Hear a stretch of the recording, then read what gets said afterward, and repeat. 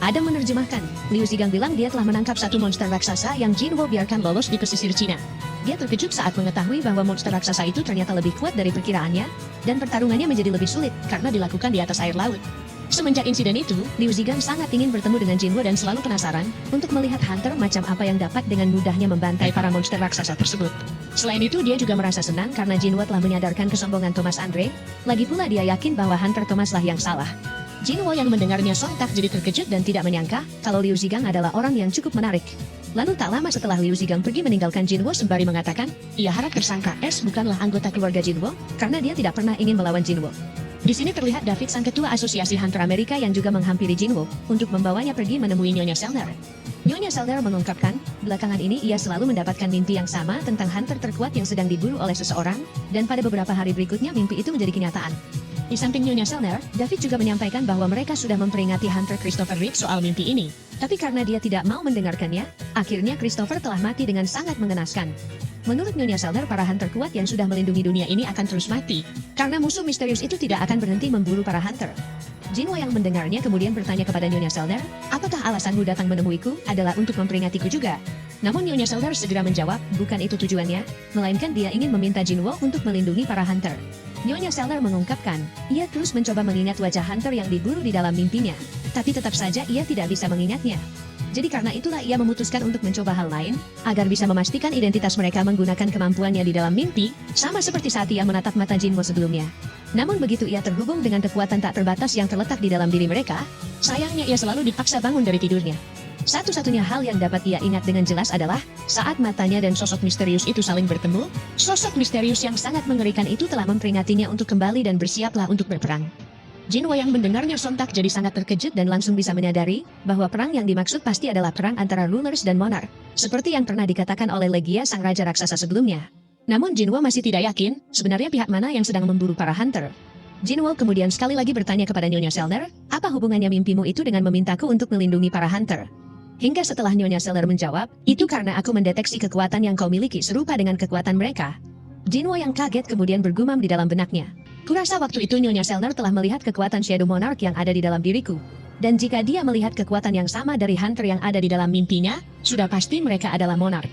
Di tengah perbincangan itu, David kembali menyampaikan kepada Jinwo bahwa musuh yang mereka hadapi kali ini merupakan makhluk yang sangat kuat. Jadi itulah kenapa mereka sangat membutuhkan bantuan kekuatan Jinwo yang luar biasa untuk menghentikan makhluk tersebut. Pada awalnya, David dan seluruh jajaran asosiasi Hunter Amerika juga sempat meragukan kalau hanya Jinwo lah yang bisa melindungi mereka. Namun setelah melihat pertarungan Jinwo melawan Thomas Andre sebelumnya, kini mereka benar-benar merasa yakin bahwa Jinwo adalah orang yang tepat untuk melindungi mereka dari ancaman ini. Dan jika Jinwo mau melakukannya, tentu saja mereka akan memberikan apapun yang Jinwo inginkan, bahkan termasuk harta mereka yang berharga, yaitu Runestone Naga Kamis. Tapi tanpa diduga oleh David, meskipun ia sudah memberikan penawaran yang sangat menarik kepada Jinwo, nyatanya Jinwo masih belum bisa menyetujui penawaran itu begitu saja. Bukan karena dendam pribadinya, dan bukan pula ia ingin menolak untuk membantu Hunter Amerika. Hanya saja, dia masih belum tahu siapa musuh sebenarnya yang harus dia lawan, apakah rulers, monarch, ataupun para Hunter. Lagi pula seperti yang sudah Jinwo katakan di acara konferensi internasional sebelumnya, ia bisa saja menjadi musuh para Hunter di seluruh dunia demi melindungi keluarganya. Setelah menyelesaikan urusannya dengan Nyonya Selner dan David, Jinwo langsung berdiri untuk pergi meninggalkan tempat itu. Namun tidak berselang lama ketika Jinwo berjalan beberapa langkah, tiba-tiba Jinwo menyadari, tidak seharusnya ia bersikap seperti ini. Jadi di saat itu juga, Jinwo langsung meminta Adam untuk memberikan daftar nama Hunter yang perlu ia lindungi, sembari berkata, aku akan senang jika kau memberikanku kesempatan untuk bertemu dengan para Hunter itu juga. Di malam harinya, Asosiasi Hunter Amerika telah menyelenggarakan pesta bagi para Hunter, dalam rangka untuk mengakhiri konferensi Guild Internasional. Di sini terlihat Eugene Ho yang sudah pulih dari cederanya berkat skill penyembuhan baru, dan ia tampak sangat bersemangat seperti biasanya. Saat Jinwo muncul di tengah-tengah kerumunan itu, seketika perhatian semua orang langsung tertuju kepada Jinwo, dan beberapa dari mereka mulai mengakui bahwa Jinwo memang kuat sekali. Jinwo yang saat itu dihampiri oleh seorang CEO korporasi global, yang bertujuan ingin membeli semua mayat monster raksasa yang telah Jinwo bunuh. Lantas Jinwo pun langsung menyerahkan semua urusan yang berhubungan dengan bisnis kepada Eugene Ho, lalu ia tampak tersenyum puas saat melihat Eugene Ho yang sudah bisa melakukan perannya dengan baik sebagai wakil Master Ahjin Guild.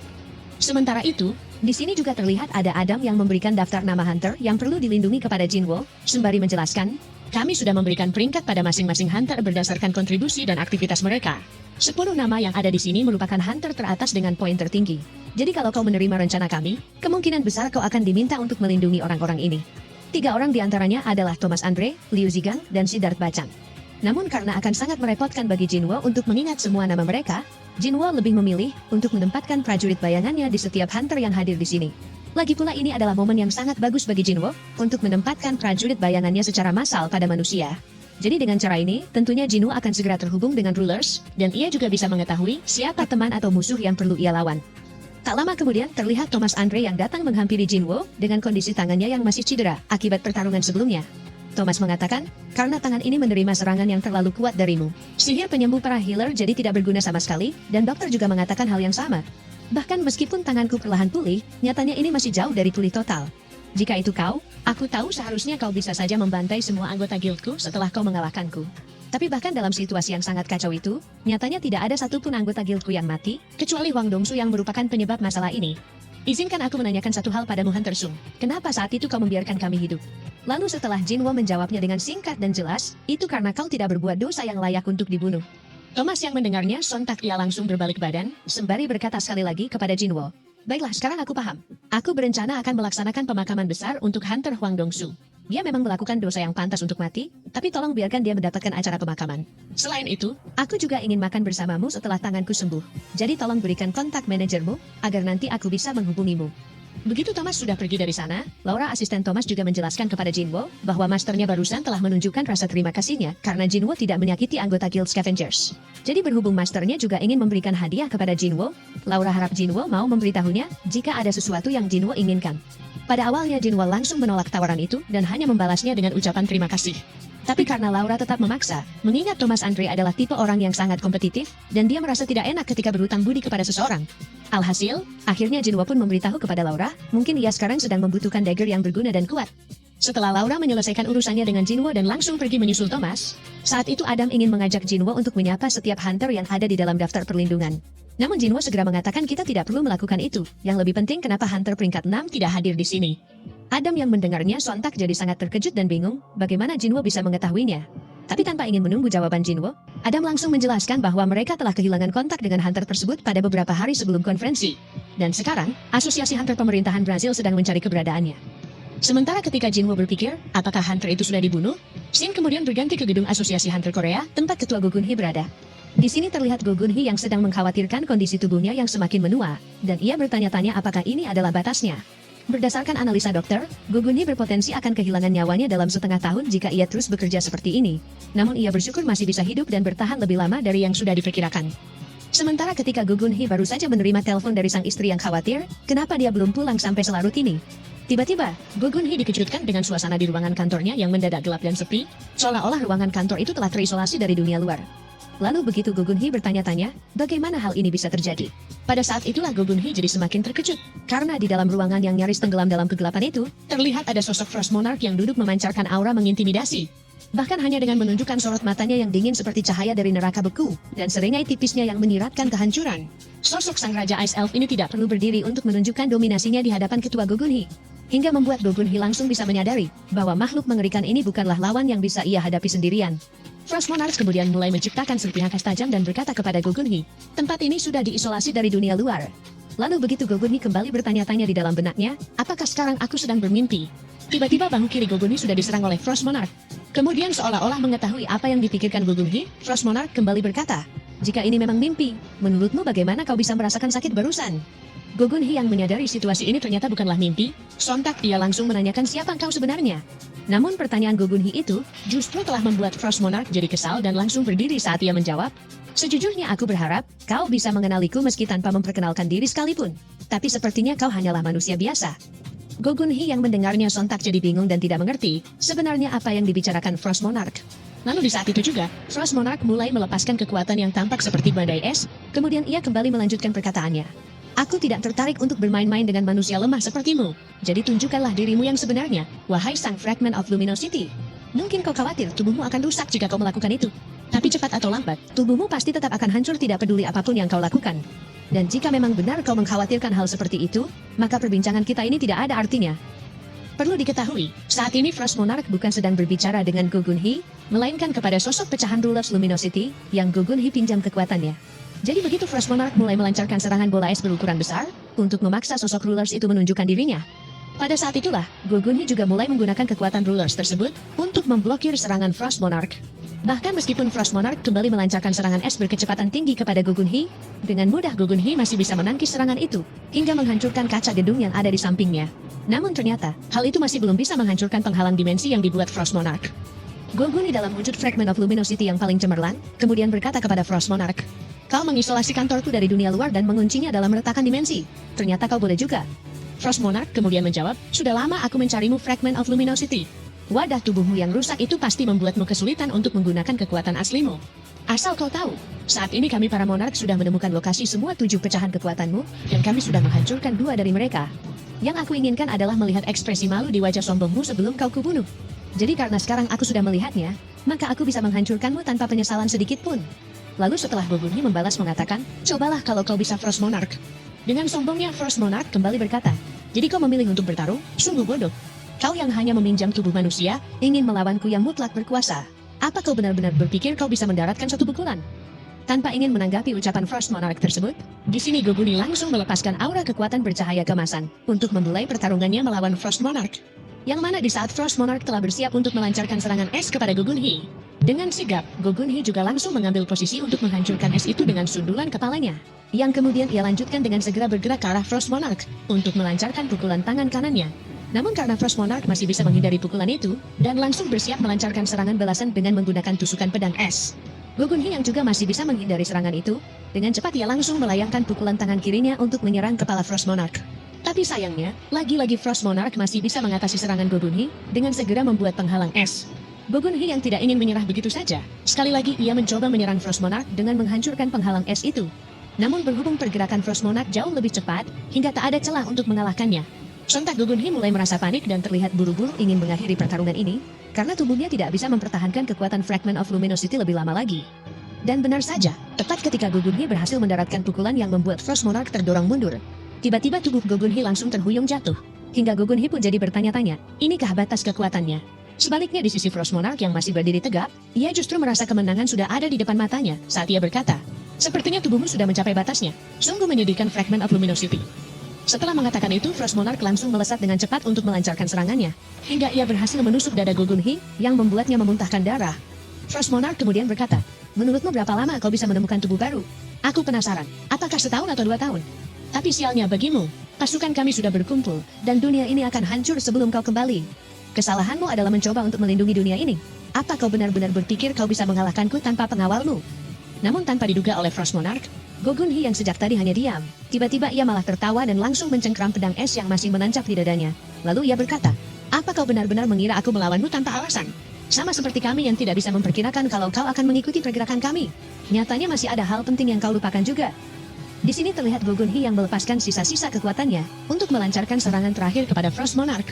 Namun sayangnya, ternyata dengan serangan itu pun masih tidak bisa mengenai Frost Monarch, dan sekarang kekuatan Luminosity perlahan mulai menghilang dari tubuh Gogunhi. Tapi tepat ketika Frost Monarch dengan sombongnya mengatakan, "Jangan bilang inilah hal penting yang kau bicarakan tadi." Tanpa terduga, ternyata Gogunhi memang tidak berencana melancarkan serangan itu untuk Frost Monarch, melainkan ia sengaja menargetkan serangannya ke penghalang dimensi yang mengisolasi ruangan itu. Lalu Gogunhi langsung menyuruh prajurit bayangan semut yang Jinwo tempatkan di tubuhnya untuk segera kabur dari sana melalui celah yang dia buat. Pada awalnya Frost Monarch masih berpikir, apapun yang direncanakan Gogunhi tetap tidak akan merubah hasil pertarungan ini. Tapi setelah Frost Monarch menyadari bahwa bayangan semut itu merupakan salah satu prajurit bayangan Shadow Monarch, sontak Frost Monarch jadi dibuat sangat panik dan segera mengejar bayangan semut tadi. Namun begitu Frost Monarch berhasil mengejar prajurit semut itu, dan langsung bersiap untuk menebasnya dengan sabit kematian. Pada saat itulah, seseorang yang tidak diharapkan oleh Frost Monarch telah muncul, dan langsung menghentikan serangannya dengan satu tangan saja. Yang mana ternyata, orang itu adalah Sung Jinwo sang raja kematian Shadow Monarch, yang sudah bertukar tempat dengan prajurit semut tadi menggunakan Shadow Exchange. Lalu sembari Jinwo yang mencengkram leher Frost Monarch, yang membuatnya tidak bisa berkutik. Dengan memperlihatkan sorot matanya yang penuh kemarahan dan aura kegelapan yang sangat mencekam, Jinwo pun kemudian bertanya, "Siapa kau sebenarnya, Ice Elf?" Namun alih-alih menjawab pertanyaan itu, Frost Monarch malah mengatakan, "Ada banyak prajurit yang bisa kurasakan dari balik bayanganmu, Shadow Monarch. Tapi kenapa kau tidak memanggil kami bahkan setelah kau mengumpulkan pasukan sebesar ini? Jangan-jangan memang benar kalau kau adalah hal yang hilang seperti yang pernah dia katakan padaku." Lalu tanpa ingin menunggu jawaban dari Jinwo, Frost Monarch langsung membuka mulutnya untuk menghembuskan napas dingin yang dapat membekukan lengan Jinwo. Bahkan hanya dengan hembusan nafas itu saja, Frost Monarch juga mampu menciptakan banyak bongkahan es tajam, yang membuat Jinwo terdorong jauh ke belakang dan sebagian lengannya juga ikut membeku di dalam es itu. Di dalam benaknya Jinwo bertanya-tanya, apakah makhluk ini adalah tipe pengguna sihir? Tapi karena tidak ada waktu untuk memikirkannya lebih jauh, dan Frost Monarch juga tidak memberikan jawaban yang Jinwo inginkan, di saat itu juga, Jinwo langsung mengeluarkan daggernya dari dalam es itu, hingga ia bisa menghancurkan es Frost Monarch dengan begitu mudahnya. Namun sebelum Jinwo sempat memulai pertarungannya melawan Frost Monarch, dengan segera Frost Monarch kembali berkata, "Untuk saat ini kenapa tidak kita hentikan saja? Aku datang bukan untuk bertarung habis-habisan denganmu. Lagi pula bukankah tujuanmu datang kemari adalah untuk menyelamatkan manusia itu?" Jinwo yang mendengarnya sontak jadi sangat terkejut dan baru menyadari, jangan-jangan manusia yang Frost Monarch maksud adalah ketua Gogunhi, yang sedang dalam keadaan tidak berdaya setelah dadanya ditusuk oleh Frost Monarch sebelumnya. Jadi berhubung saat itu Frost Monarch telah memaksa Jinwo untuk membuat pilihan, apakah Jinwo akan tetap melawannya atau menyelamatkan Gogunhi dari serangan senjata es yang diluncurkan Frost Monarch ke arahnya. Di sini Jinwo segera menggunakan skill Ruler's Authority untuk menghentikan senjata es itu, sambil tetap berada di posisinya untuk bertarung melawan Frost Monarch. Namun karena sihir Frost Monarch dapat menangkis skill Ruler's Authority milik Jinwo, sialnya Jinwo sudah tidak punya pilihan lain dan terpaksa harus melepaskan Frost Monarch. Lalu ia segera melompat ke arah ketua Gogunhi, sambil melemparkan daggernya dengan menggunakan skill Ruler's Authority. Hingga begitu daggernya telah menancap di gedung lebih dulu, sebelum senjata es Frost Monarch mencapai Gogunhi. Pada saat itulah, Jinwo segera menarik tubuhnya ke gedung tersebut, untuk menangkis senjata Frost Monarch menggunakan daggernya dan memantulkannya kembali ke bawah. Sementara ketika Jinwo melihat Frost Monarch berencana kabur melalui gate yang dia buat sendiri, di sini Jinwo juga langsung mengeluarkan semua daggernya untuk menyerang Frost Monarch dengan skill Dagger Rush, hingga salah satu dagger itu berhasil menusuk punggung Frost Monarch. Namun sayangnya, ternyata serangan Jinwo itu masih belum cukup untuk menghentikan Frost Monarch. Lalu dengan sombongnya Frost Monarch berkata kepada Jinwo, "Padahal kau hanyalah wadah Shadow Monarch, tapi kau berani melukaiku. Baiklah, untuk sementara aku sang Frost Monarch akan mundur, dan akan menunggu sampai prajurit bayanganmu yang berikutnya terbangkitkan lagi. Jadi anggap saja, manusia yang hampir mati itu sebagai hadiah tambahan untuk pasukan Shadowmu." Jinwo yang mendengarnya sontak jadi dibuat sangat kesal dan berkata, "Dasar bajingan." Kemudian begitu Jinwo mengalihkan pandangannya ke arah ketua Gogunhi yang sudah tidak berdaya, Jinwo pun kembali bergumam di dalam benaknya. "Kurasa yang menyebabkan aku tidak dapat merasakan apapun bahkan ketika kondisinya sudah separah ini, adalah karena penghalang dimensi itu. Sial, luka yang diterima ketua Gogunhi bukanlah luka yang bisa kusembuhkan dengan potion penyembuh. Beru, cepatlah kemari sekarang juga." Saat mendengar perintah Jinwo yang mutlak, dengan cepat Beru langsung bergerak dari apartemen keluarga Jinwo, dan segera bergegas terbang menuju ke lokasi tujuan. Hingga ketika Beru sudah tiba di lokasi dan bertanya kepada Jinwo, "Apakah kau memanggilku rajaku?" Saat itu Jinwo langsung memerintahkan Beru untuk menyelamatkan ketua Gogunhi bagaimanapun caranya. Lalu dengan cepat, Beru pun segera menggunakan kemampuan healingnya untuk menyembuhkan luka ketua Gogunhi. Namun apalah daya, ternyata skill penyembuhan Beru juga tidak sanggup menyembuhkan luka tersebut, hingga membuat Jinwo yang semakin khawatir langsung mengeluarkan ramuan eliksir kehidupan, yang dia pikir mungkin saja bisa menyembuhkan ketua Gogunhi. Menyadari hal itu, ketua Gogunhi segera menggenggam tangan Jinwo sembari berkata, "Kumohon jangan lakukan itu. Terima kasih kau sudah datang ke sini demi diriku. Setelah aku menerima luka dari serangan semacam itu, kini tidak ada lagi yang bisa disembuhkan. Tapi aku bersyukur bisa mendapat kesempatan untuk berbicara dengan makhluk yang lebih tinggi tentang rencana mereka, waktu pertarungan yang tersisa antara mereka dan kita, serta hal-hal yang harus kita lakukan." Jinwo yang mendengarnya, sontak ia jadi semakin mengkhawatirkan kondisi ketua Gogunhi dan memintanya untuk jangan bicara dulu. Namun di sisa-sisa hidupnya, Gogunhi tetap memaksakan diri untuk menyampaikan apa yang perlu Jinwo ketahui. Gogunhi merasa sangat lega Jinwo berada di sini, dan ia sangat bersyukur karena Jinwo memiliki kekuatan sekuat itu. Dari yang Gogunhi tahu, sebenarnya gate dan dungeon bukan digunakan untuk rulers, melainkan itu semua hanyalah cara yang mereka gunakan untuk melindungi manusia. Suatu hari nanti, Jinwo pasti akan menghadapi momen di mana dia harus memilih pihak mana yang akan dia bela. Jadi Gogunhi ingin meminta kepada Jinwo untuk tetap berpihak kepada manusia demi melindungi dunia ini. Gogunhi mengungkapkan, sejujurnya ia selalu ingin bertarung bersama hunter muda seperti Jinwo. Namun seharusnya ia menyadarinya sejak awal, bahwa keinginannya itu mustahil terwujud dengan tubuh serapuh ini. Tapi meski begitu, Gogunhi tidak menyesalinya sedikit pun, sebab sekarang ia bisa menyerahkan semuanya ke tangan anak muda seperti Jinwo. Di dalam benaknya Gogunhi kemudian juga bergumam, "Jantungku sudah berdetak sebanyak 1000 hingga puluhan ribu kali. Dan tentunya aku sadar, aku tidak memiliki banyak waktu yang tersisa. Namun alasan kenapa jantungku tidak berhenti berdetak hingga sekarang, adalah hanya untuk bertemu denganmu Hunter Sung Jinwo. Sungguh melegakan rasanya, terima kasih banyak." Setelah Gogunhi selesai menyampaikan semua yang perlu ia katakan kepada Jinwo, di sini terlihat tangan Gogunhi yang sudah tidak sanggup lagi menggenggam tangan Jinwo dan terkulai jatuh begitu saja. Di mana itu menandakan bahwa ketua Gogunhi telah menghembuskan nafas terakhirnya. Bersamaan dengan gugurnya ketua Gogunhi di medan pertempuran, seketika telah membuat sihir es dan penghalang dimensi Frost Monarch jadi ikut hancur juga. Angin dingin bersama hujan musim gugur juga terus berlanjut, dan media koran tak henti-hentinya memberitakan tentang kematian hunter hebat bernama Jonas, yang ditemukan mati di dekat sungai, serta tentang ketua asosiasi hunter Korea yang dibunuh secara brutal setelah ditusuk jantungnya. Dengan ini sudah ada 3 hunter terkuat di dunia yang mati termasuk Christopher Reed, sehingga menyebabkan dunia masuk ke dalam masa panik. Media mainstream di seluruh dunia fokus memberitakan tentang kematian para hunter. Bahkan Asosiasi Hunter Amerika sampai-sampai menerbitkan joint statement mengenai kejadian ini. Jika manusia dilindungi oleh hunter, lalu siapa yang akan melindungi para hunter? Tentunya ini adalah ancaman yang sangat mengerikan. Terlebih lagi hunter dengan level nasional saja tidak bisa melindungi diri mereka sendiri dari kematian.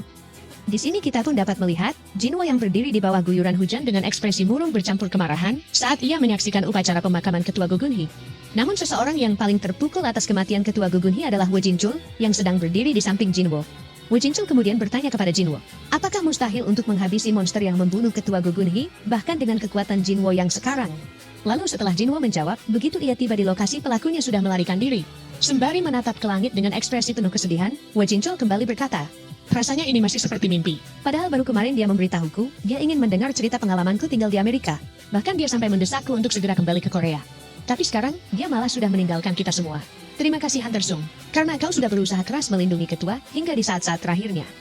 Jinwo yang mendengarnya kemudian dia membalas berkata, aku akan membunuh makhluk itu, dan aku bersumpah atas hidupku, aku pasti akan membunuh monster yang membunuh ketua. Untuk saat ini, bisakah kau mengumpulkan wartawan Tuan Woo Jinchul? Aku ingin mengadakan konferensi pers. Tak lama setelah upacara pemakaman ketua Gogunhee selesai, di sebuah gedung SBC, terlihat para reporter yang telah berkumpul memenuhi ruangan konferensi. Jinwo yang memimpin acara itu, kemudian ia mulai menyampaikan presentasinya di hadapan semua orang dengan suara lantang. Saat ini koloni monster dengan tingkat kecerdasan tinggi, sedang menargetkan hunter level nasional. Monster itu jauh lebih kuat dari sekian banyak hunter di luar sana, dan mereka tidak peduli dengan senjata manusia atau strategi untuk membunuh. Monster-monster ini ahli dalam memblokir ruang terbuka dengan sihir untuk memperangkap mangsa mereka. Maka dari itu, bagi setiap hunter yang percaya bahwa diri mereka mungkin telah menjadi mangsa, aku menyarankan kepada kalian untuk berada di dekat rekan yang siap melindungi kalian. Monster bajingan yang membunuh ketua Gogunhee menyebut dirinya sebagai Frost Monarch. Jadi mengingat masih ada beberapa monster lain yang juga merupakan monarch, dan mereka mustahil untuk dikalahkan bahkan dengan membawa hunter terkuat sekalipun. Di sini aku ingin mengumumkan kepada para hunter di seluruh dunia yang tidak memiliki satupun rekan yang bisa melindunginya, kalian bisa menghubungiku melalui Asosiasi Hunter Korea. Dan dengan pernyataan terbuka ini, maka peperangan melawan monarch telah dimulai. Scene kemudian berganti ke sisi dunia lain tempat para monarch berkumpul. Kelima monark ini sengaja mengadakan pertemuan untuk mendengarkan laporan dari Frost Monarch tentang apa yang terjadi saat ia membunuh Gogunhee sang wadah kekuatan Fragment of Luminosity. Jadi begitu Frost Monarch menyampaikan bahwa Shadow Monarch sedang berada di bumi, Yogumon sang Monarch of Transfiguration kemudian bertanya kepada Frost Monarch, bukankah kau pernah bilang, tidak ada wadah yang sepenuhnya bisa menampung kekuatan Shadow Monarch yang sebenarnya? Dan bukankah karena itu jugalah King of Dragon tidak bisa tinggal di bumi? Frost Monarch menjawab, aku sudah melihatnya dengan kedua mataku sendiri. Sosok Shadow Monarch yang baru merupakan ancaman yang lebih merepotkan daripada Fragment of Luminosity. Aku berencana akan membereskan dia, jadi apakah kalian bersedia membantuku? Menanggapi pertanyaan itu, Karnak sang Monarch of the Iron Body kemudian berkata kepada Frost Monarch, jika kau ingin memulai pertarungan melawan Shadow Monarch, itu sama saja dengan bunuh diri. Lawanmu adalah yang terkuat dari 9 Monarch, jadi kenapa tidak kita tunggu saja sampai Monarch of Destruction the Dragon King kembali? Frost Monarch yang kesal mengingat luka yang ia dapatkan dari Jinwo sebelumnya, lantas ia pun kembali berkata, meskipun saat ini kita sedang melarikan diri, nyatanya kita adalah monarch. Jadi apakah yang bisa kita lakukan hanyalah menunggu Dragon King saja? Satu-satunya kesempatan yang kita punya untuk mengalahkan Shadow Monarch adalah sekarang, selagi dia masih dalam wujud manusia. Namun tidak peduli meskipun Frost Monarch sudah memohon kepada monarch lain untuk membantunya, dan ia juga akan bertanggung jawab untuk mengembalikan Shadow Monarch ke alam baka. Ternyata Karnak dan Yogumon tetap menolak untuk membantu melawan Shadow Monarch sekarang, karena mereka tidak ingin berakhir menjadi seperti Raja Iblis Baran, sang Monarch of White Flames. Bahkan walaupun Rakan sang Monarch of Fangs menyebut Karnak dan Yogumon pengecut, Karnak tetap bersikeras tidak ingin terlibat dalam pertarungan ini, lalu ia berkata kepada Rakan, kau sendiri seharusnya sudah tahu apa yang terjadi kepada Raja Iblis Baran setelah dia dikalahkan. Jadi walau bagaimanapun juga, aku tidak mau terperangkap oleh otoritas monark yang kau banggakan, dan akhirnya menderita dalam tidur abadi. Rakan kemudian bertanya, bukankah Shadow Monarch tidak bisa menjadikan kita yang berada dalam wujud asli menjadi salah satu pelayannya? Lalu sembari membuka gate untuk pergi meninggalkan pertemuan itu, Karnak pun kemudian menjawab, sepertinya saat ini Shadow Monarch dan administrator sedang bekerja sama. Jadi dia bisa saja menciptakan replika kita, dan aku tidak ingin diubah menjadi alat dalam dunianya. Sementara setelah Karnak dan Yogumon sudah pergi dari sana melalui gate mereka masing-masing. Di sisi Frost Monarch yang ditanyai oleh Rakan, apakah ada bukti bahwa Shadow Monarch yang sekarang masih seorang manusia? Lantas Frost Monarch langsung menunjukkan dagger yang Jinwo gunakan untuk menyerangnya sembari berkata, mengingat dia telah melapisi racun pada daggernya, dan itu bukanlah cara bertarung Shadow Monarch yang kita kenal. Tentunya itu adalah bukti bahwa dia masih seorang manusia.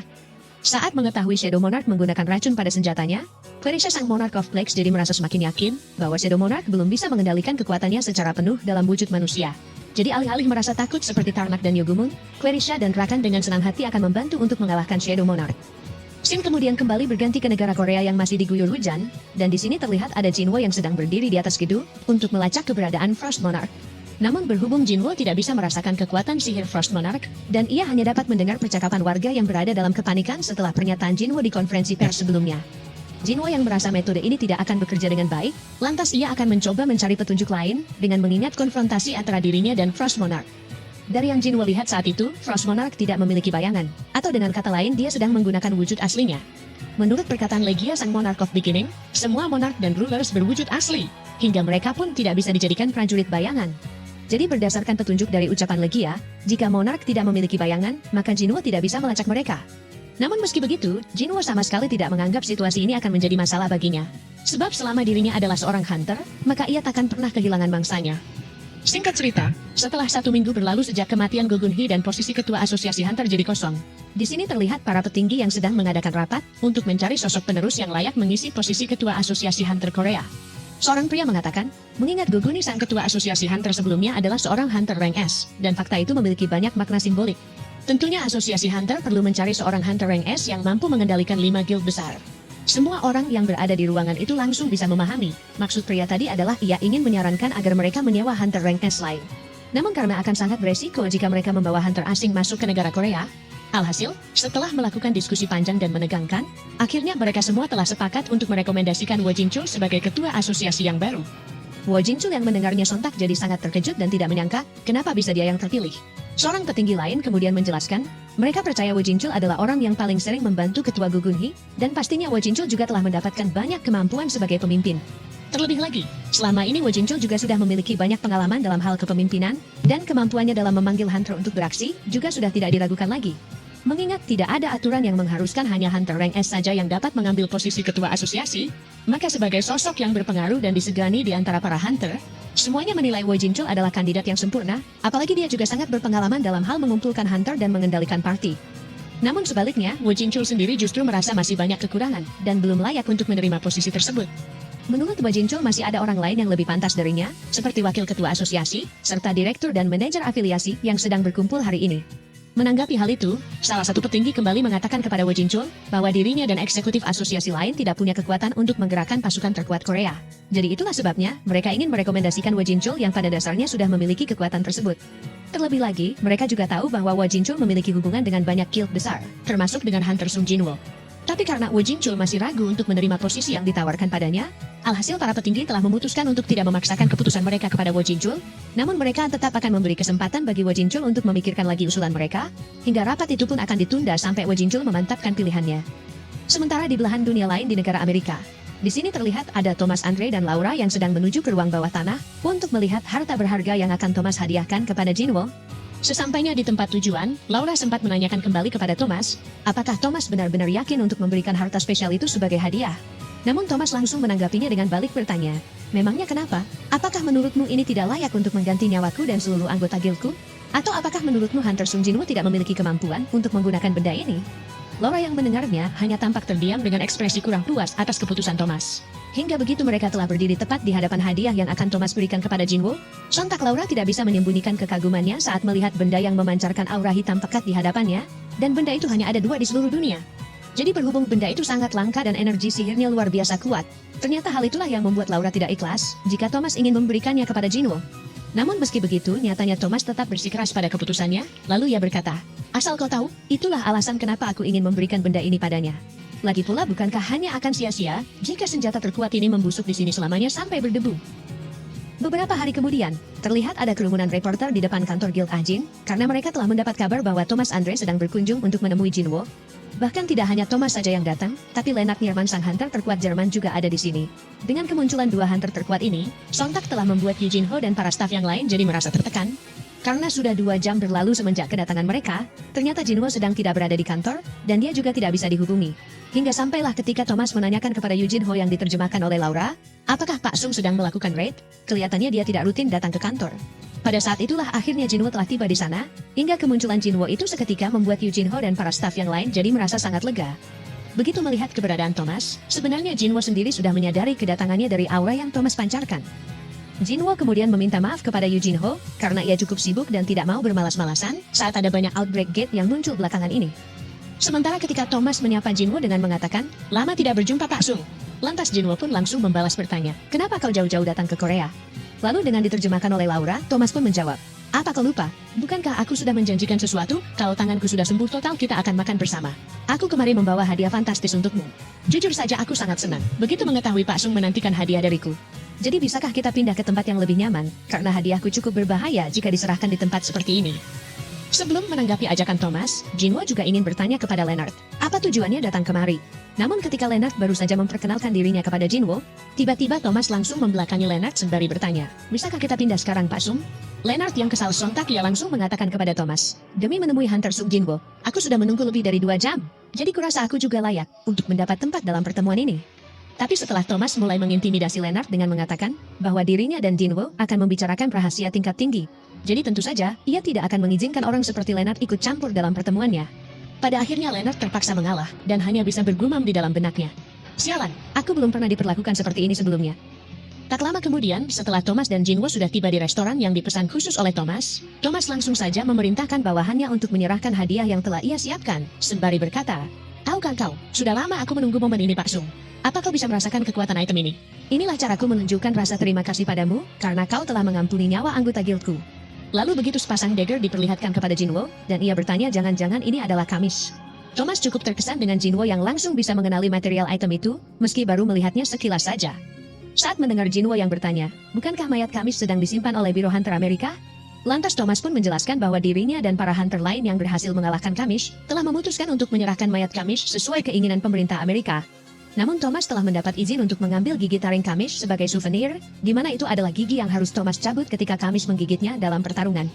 Jadi karena Thomas menyadari gigi taring Kamis terlalu pendek untuk dijadikan pedang panjang, maka dari itu ia telah merubah taringnya menjadi dagger yang bisa berguna untuk Jinwo.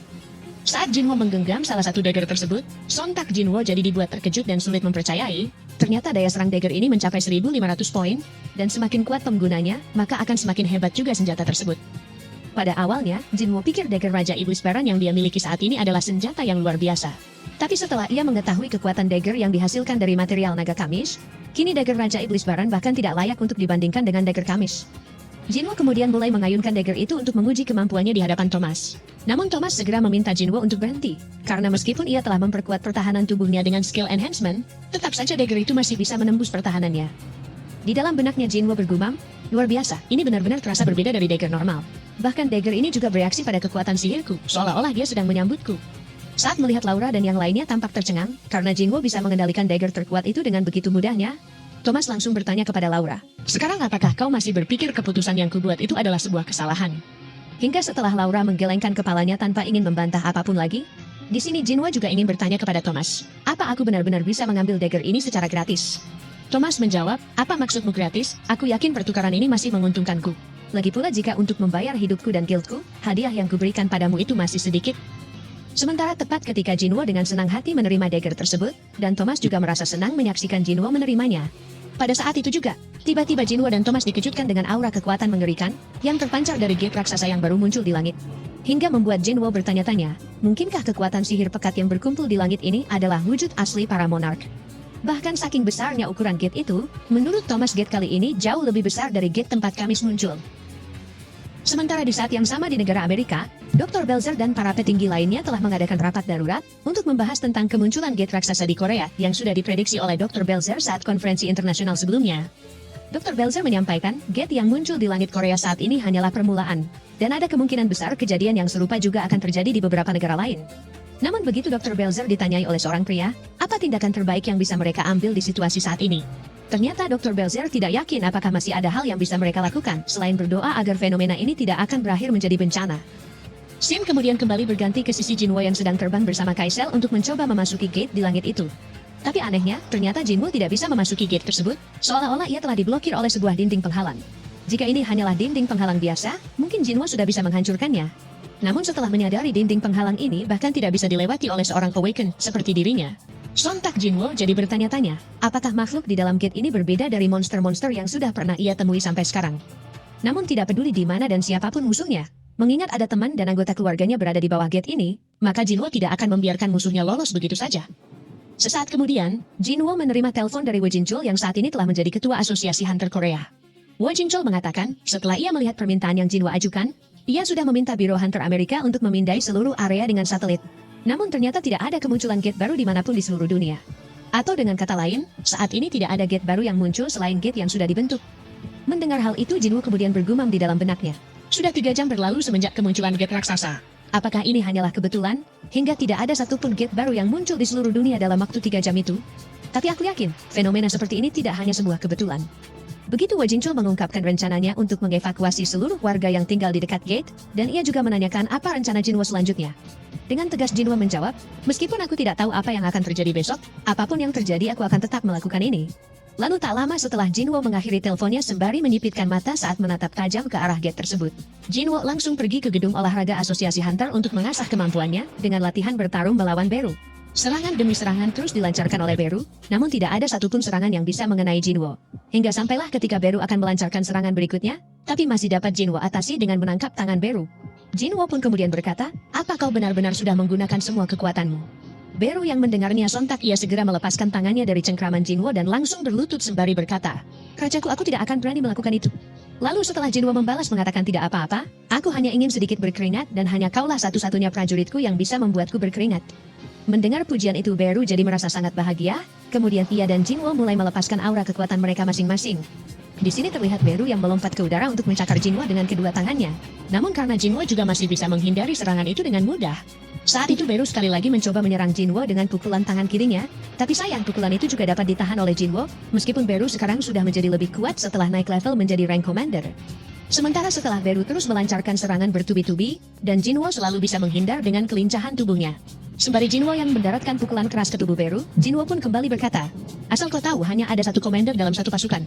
Setelah Igris dan Greed mencapai rank general, tentunya tidak perlu waktu lama bagi mereka untuk mencapai rank commander. Jadi kalau kau tidak mau posisimu direbut oleh mereka berdua, teruslah bekerja sebaik mungkin. Beru yang mendengarnya, sontak ia jadi termotivasi dan semakin meningkatkan kecepatannya saat melancarkan serangan balik kepada Jinwoo. Namun meskipun Jinwoo sendiri mengakui bahwa Beru adalah prajurit terkuat dalam pasukan bayangannya saat ini, menurut Jinwoo kekuatan Beru yang sekarang masih tidak cukup kuat untuk mengalahkan para monark. Beru kemudian sekali lagi mencoba menyerang kepala Jinwoo tanpa keraguan sedikitpun. Tapi naas, justru Beru lah yang harus terkena pukulan Jinwoo lebih dulu. Bahkan meski Beru juga segera melancarkan serangan susulan kepada Jinwoo, saat itu Jinwoo sudah berpindah ke belakang Beru dan langsung melayangkan pukulan kuat ke tubuh Beru, hingga membuat Beru terhempas ke tembok.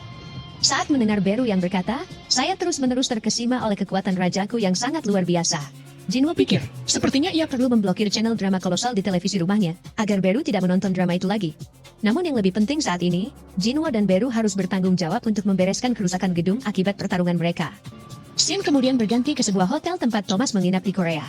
Thomas yang ditanyai oleh Laura, apakah sebaiknya kita kembali ke Amerika sekarang juga? Lantas Thomas pun menjawab, bagaimana bisa aku meninggalkan sesuatu yang begitu besar dan cantik seperti itu? Bagiku semua hal yang membuat hatiku berdebar diartikan sebagai sesuatu yang cantik. Baik Fire Breathing Dragon, Gate Raksasa dan kekuatan Sung Jinwoo, semua itu adalah hal-hal yang cantik, dan itulah kenapa aku sangat menginginkannya. Jadi karena di Amerika tidak ada gate yang muncul, tentu tidak ada gunanya kita pulang sekarang. Lalu ketika Laura kembali bertanya, bukankah itu akan membuat Biro Hunter jadi khawatir? Dengan tenang Thomas pun menjawab, khawatir katamu? Jangan bercanda. Berada di sisi Hunter Sung Jinwoo saat ini adalah tempat teraman di seluruh alam semesta.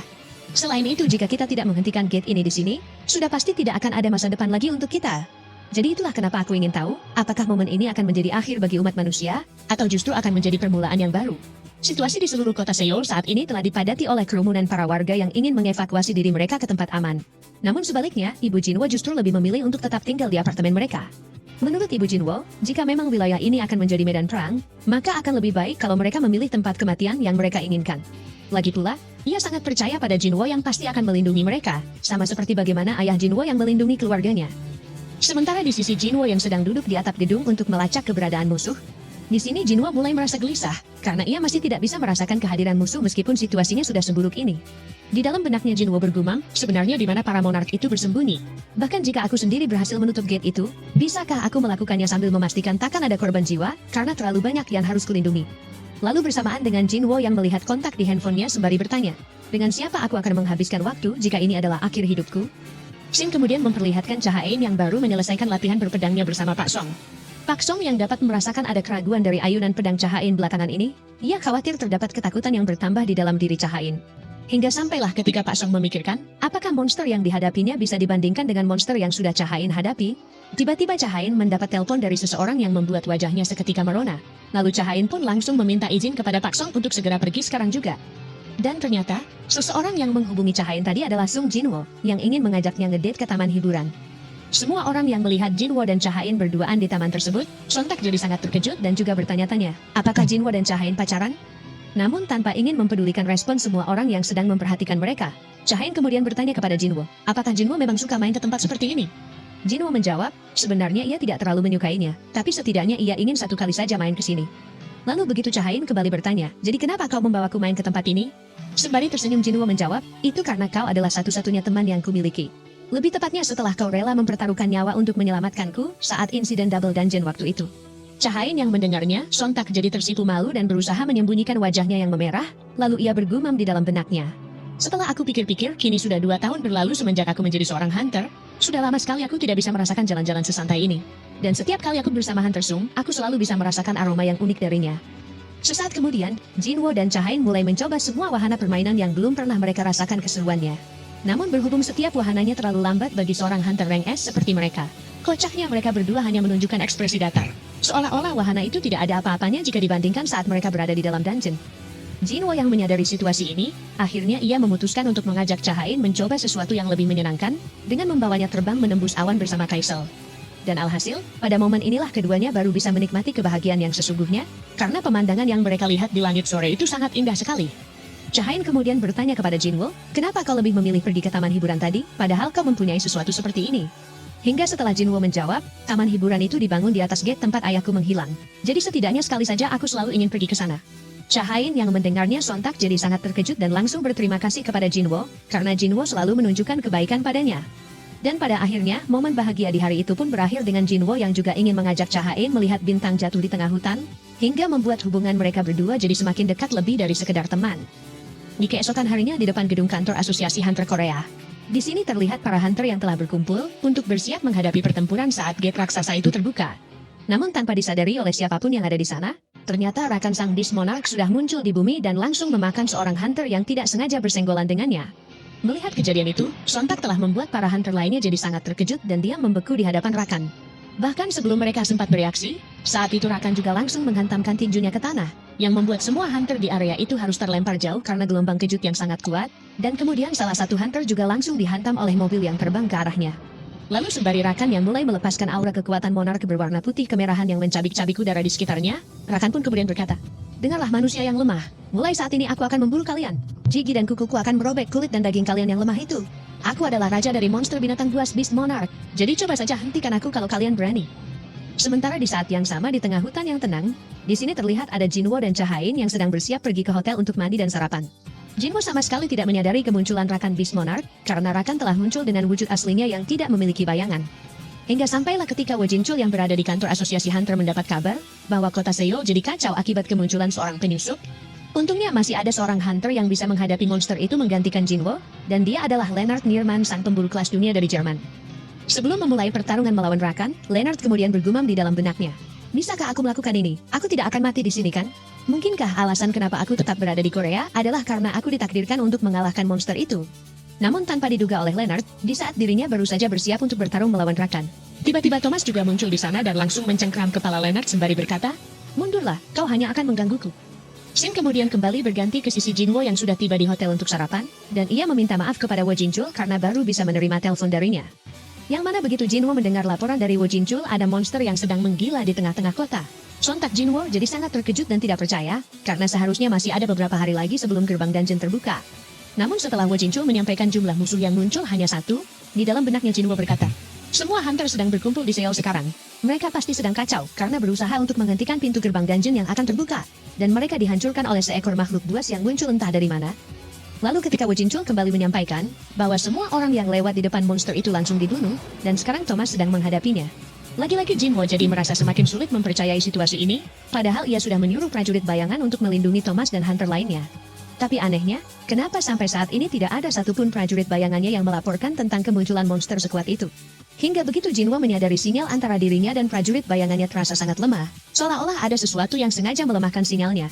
Dan bahkan prajurit bayangan yang Jinwo gunakan sebagai koordinat juga menghilang. Di sini Jinwo pun langsung menanyakan kepada Wu Jinchul, apakah monster itu memiliki bayangan tubuhnya? Karena jika memang benar seperti dugaannya bahwa monster itu adalah monark, Jinwo yakin musuh itu pasti telah menyembunyikan sosok monster yang sangat besar di balik bayangan yang tidak terlihat.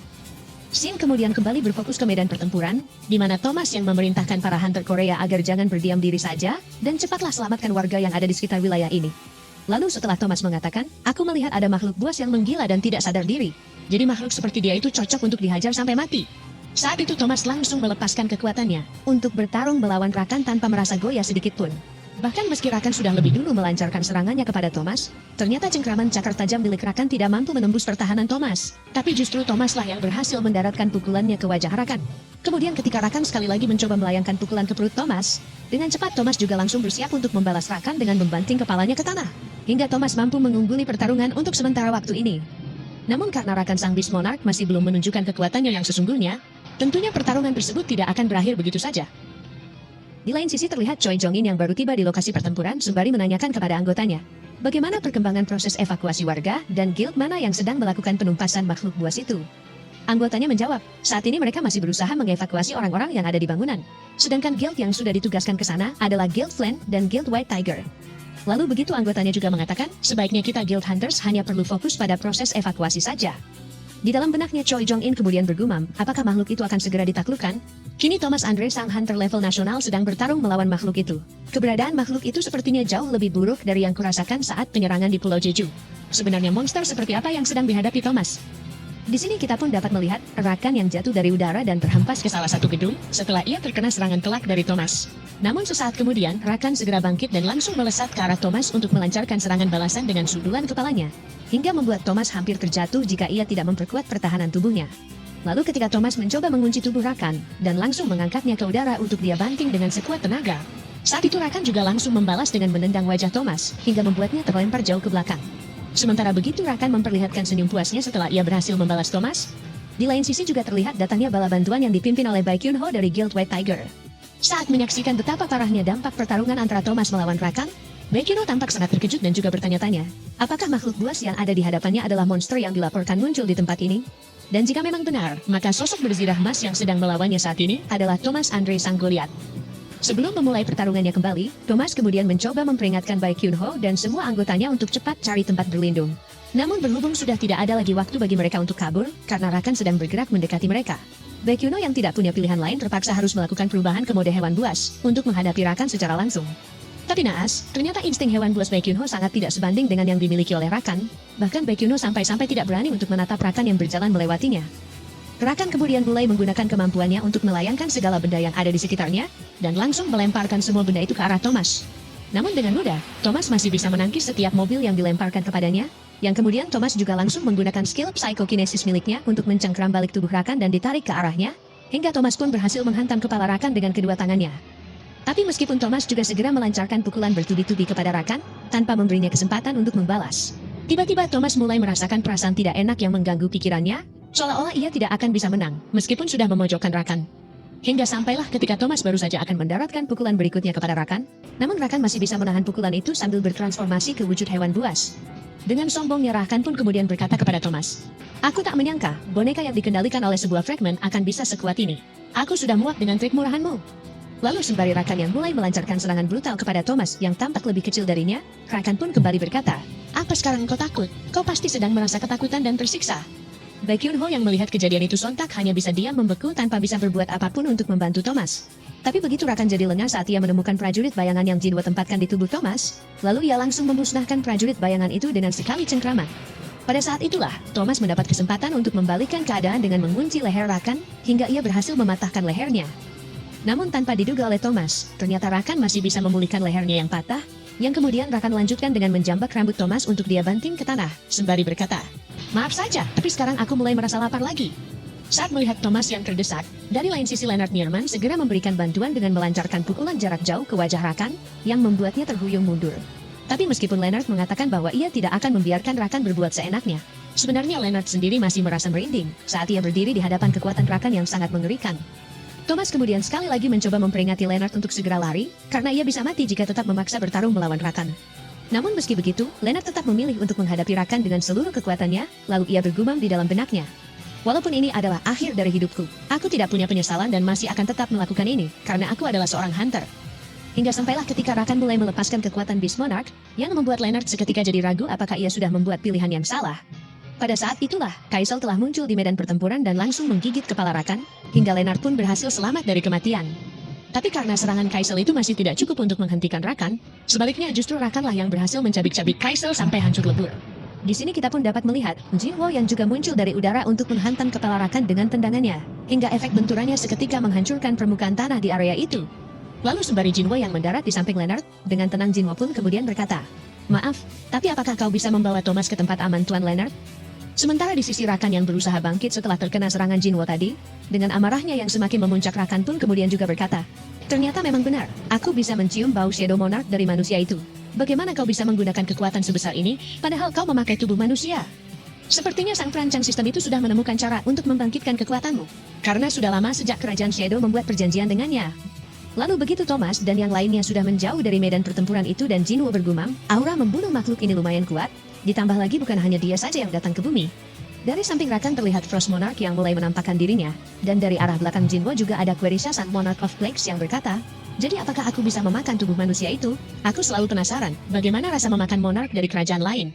Saat melihat kemunculan mereka, sistem langsung memberitahu Jinwo bahwa Frost Monarch sang Raja Es, Beast Monarch sang Raja Binatang Buas, dan Plagues Monarch sang Raja Serangga telah menganggap Jinwo sebagai musuh. Namun alih-alih merasa goyah saat musuhnya melepaskan kekuatan besar hingga sampai mencakar langit, dengan tenang Jinwo segera memanggil pasukan bayangan terkuatnya untuk menghadapi para Monarch tersebut, di mana Igris dan Iron yang akan melawan Frost Monarch, Tang dan Jima yang akan bertarung melawan Rakan, sedangkan Beru dan Grid akan menghadapi Querisha. Saat pertarungan itu telah dimulai, Rakan sempat merasa terkesan dan bertanya, apakah ini adalah pasukan baru Shadow Monarch?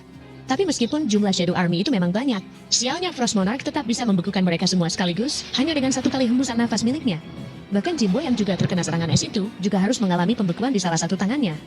Frost Monarch mengatakan, "Ku akui jumlah mereka memang banyak, tapi mereka tidak ada apa-apanya dan tidak akan bisa keluar dari penjara es ini." Lalu begitu mendengar Querisha yang berkata kepada Frost Monarch sambil menunjuk ke arah Beru, "Paling tidak seharusnya kau membiarkan anakku, sebab sudah lama aku tidak bertemu dengan mereka." Lantas Frost Monarch langsung menanggapinya dengan berkata, "Dia mencoba untuk menghalangi kita dengan ini, sungguh keterlaluan. Perilaku seperti ini telah meremehkan para Monarch lainnya. Terlebih lagi aku tidak menyangka kalau manusia itu bisa menyerap kekuatan Shadow Monarch. Bahkan meskipun Shadow Monarch adalah Monarch terhebat, seharusnya dia tidak boleh meremehkan para Monarch lain." Jinwo yang mendengarnya, sontak ia langsung menghancurkan es yang membekukan tangannya dengan mudah, lalu sembari mengayunkan dagger naga kamis yang ia miliki, dengan sombongnya Jinwo pun membalas berkata kepada Frost Monarch, "Paling tidak aku bisa membunuhmu kali ini." Frost Monarch yang kesal mendengarnya, sontak ia langsung menciptakan pasukan golem es untuk menghadapi Jinwo. Begitupun dengan Querisha yang juga memanggil pasukan mayat untuk menyerang Jinwo lebih dulu. Tebasan demi tebasan terus Jinwo ayunkan untuk bertahan dari serangan para mayat itu. Bahkan tidak peduli meskipun golem es Frost Monarch juga ikut menyerang Jinwo secara bersamaan. Dengan mudah Jinwo masih dapat memotong kaki golem itu menggunakan dagger kamis, yang kemudian ia lanjutkan dengan memotong setiap bagian tubuh golem itu dan langsung melompat ke arah Frost Monarch. Namun sebelum Jinwo sempat melancarkan serangannya kepada Frost Monarch, tiba-tiba Jinwo malah mendapat serangan kejutan dari Rakan yang bergerak dalam kecepatan tinggi saat mereka saling mengadu serangan. Lalu begitu mendengar Rakan yang berkata, "Kau pikir hanya dengan besi rongsokan itu kau bisa melukaiku?" Dengan cepat Jinwo langsung memotong tangan Rakan sembari menjawab, "Kalau ini hanya besi rongsokan biasa, mungkin memang benar." Namun betapa terkejutnya Jinwo, ternyata Querisha juga ikut menyerang dari udara dengan hantaman tangan berukuran besar, lalu tangan Rakan yang sebelumnya sudah Jinwo potong, kini sudah menyatu kembali. Sampai sejauh ini, para Monarch itu masih merasa lebih unggul dari Jinwo, karena Jinwo hanya bertarung seorang diri saja. Hingga sampailah ketika Beru berhasil meloloskan dirinya dari penjara es Frost Monarch, dan ia segera melesat ke arah Jinwo untuk memberikan bantuan. Sontak kemunculan Beru itu jadi membuat Frost Monarch cukup terkejut dan berkata, "Padahal semut itu hanyalah seekor bayangan, tapi kenapa dia bisa menembus sihir pengikatku? Bagaimana mungkin manusia itu bisa memiliki prajurit setingkat general? Terlebih lagi satu prajurit bayangan setingkat general itu bisa diibaratkan seperti dewa penghancur." Querisha yang menganggap semua jenis serangga adalah anaknya, sontak ia langsung melancarkan serangan kepada Beru sebagai hukuman, karena Beru adalah anak kurang ajar yang tidak bisa mengenali ibunya sendiri. Namun betapa terkejutnya Querisha. Ternyata Beru mampu memotong sihir tangan Querisha dengan mudah sembari berkata, "Dasar wanita serangga bajingan." Sementara setelah Beru berhasil mencapai tempat Jinwo, sambil menunjukkan kekagumannya pada Jinwo yang tidak merasa kesulitan meskipun sedang melawan musuh yang kuat.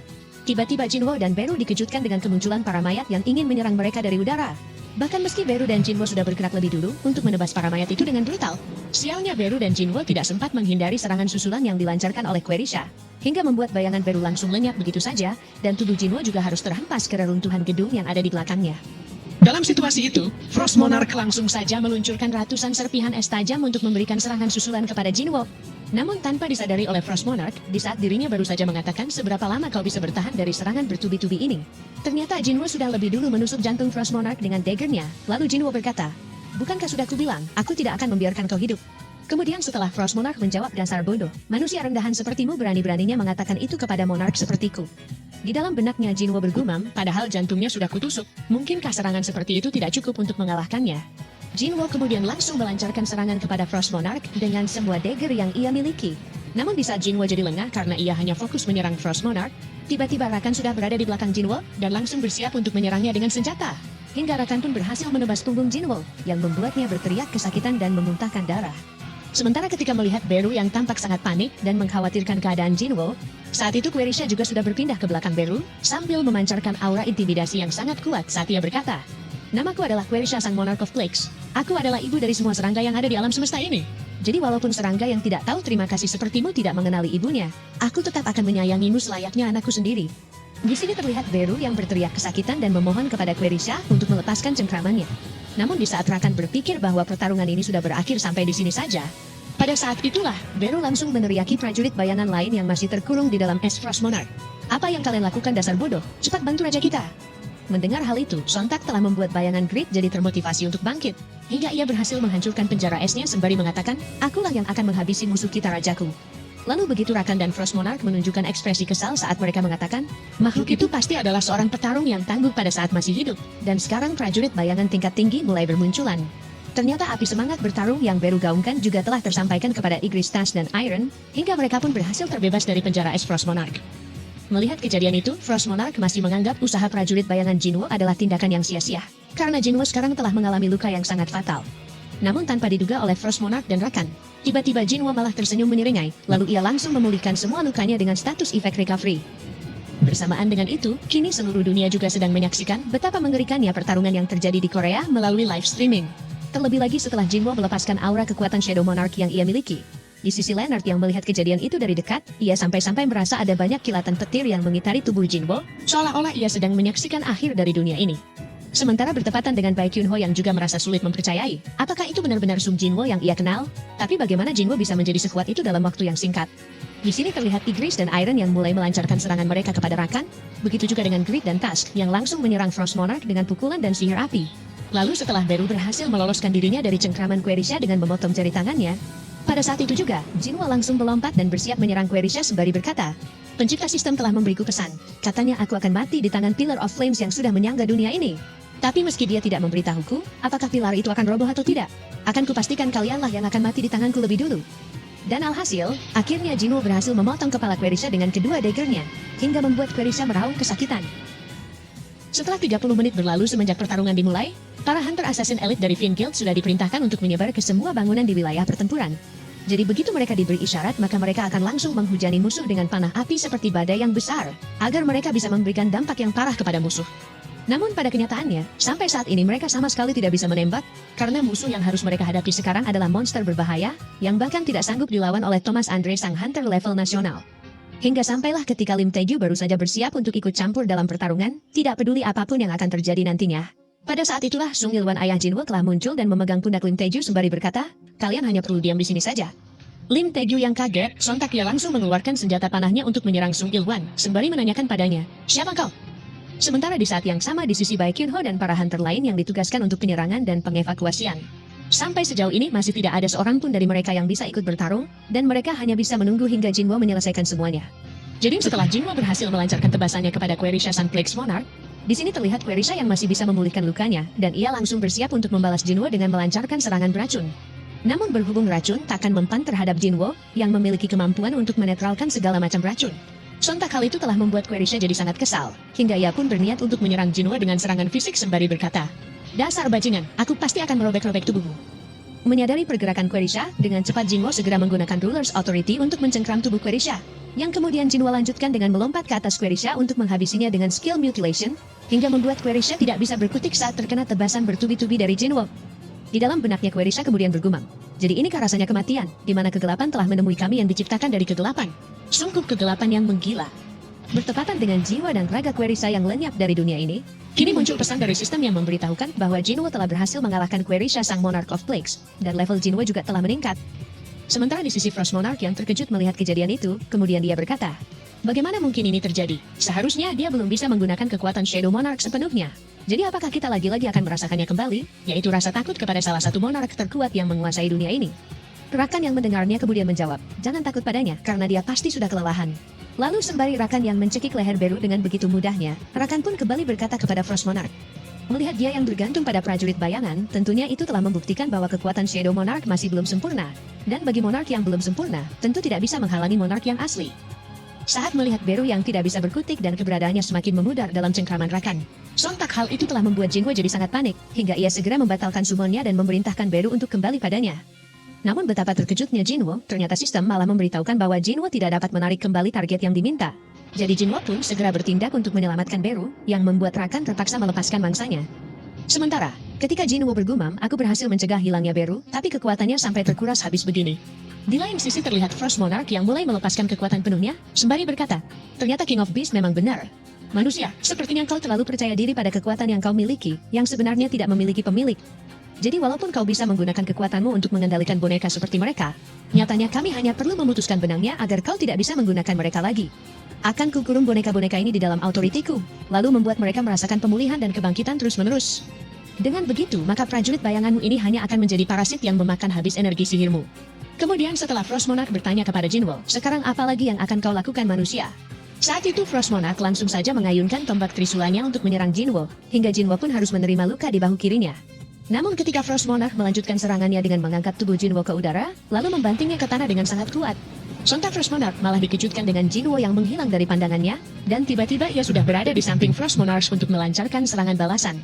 Tapi naas, ternyata justru Jinwo lah yang harus terkena hantaman tombak Frost Monarch, hingga membuatnya memuntahkan darah dan terlempar jauh ke belakang.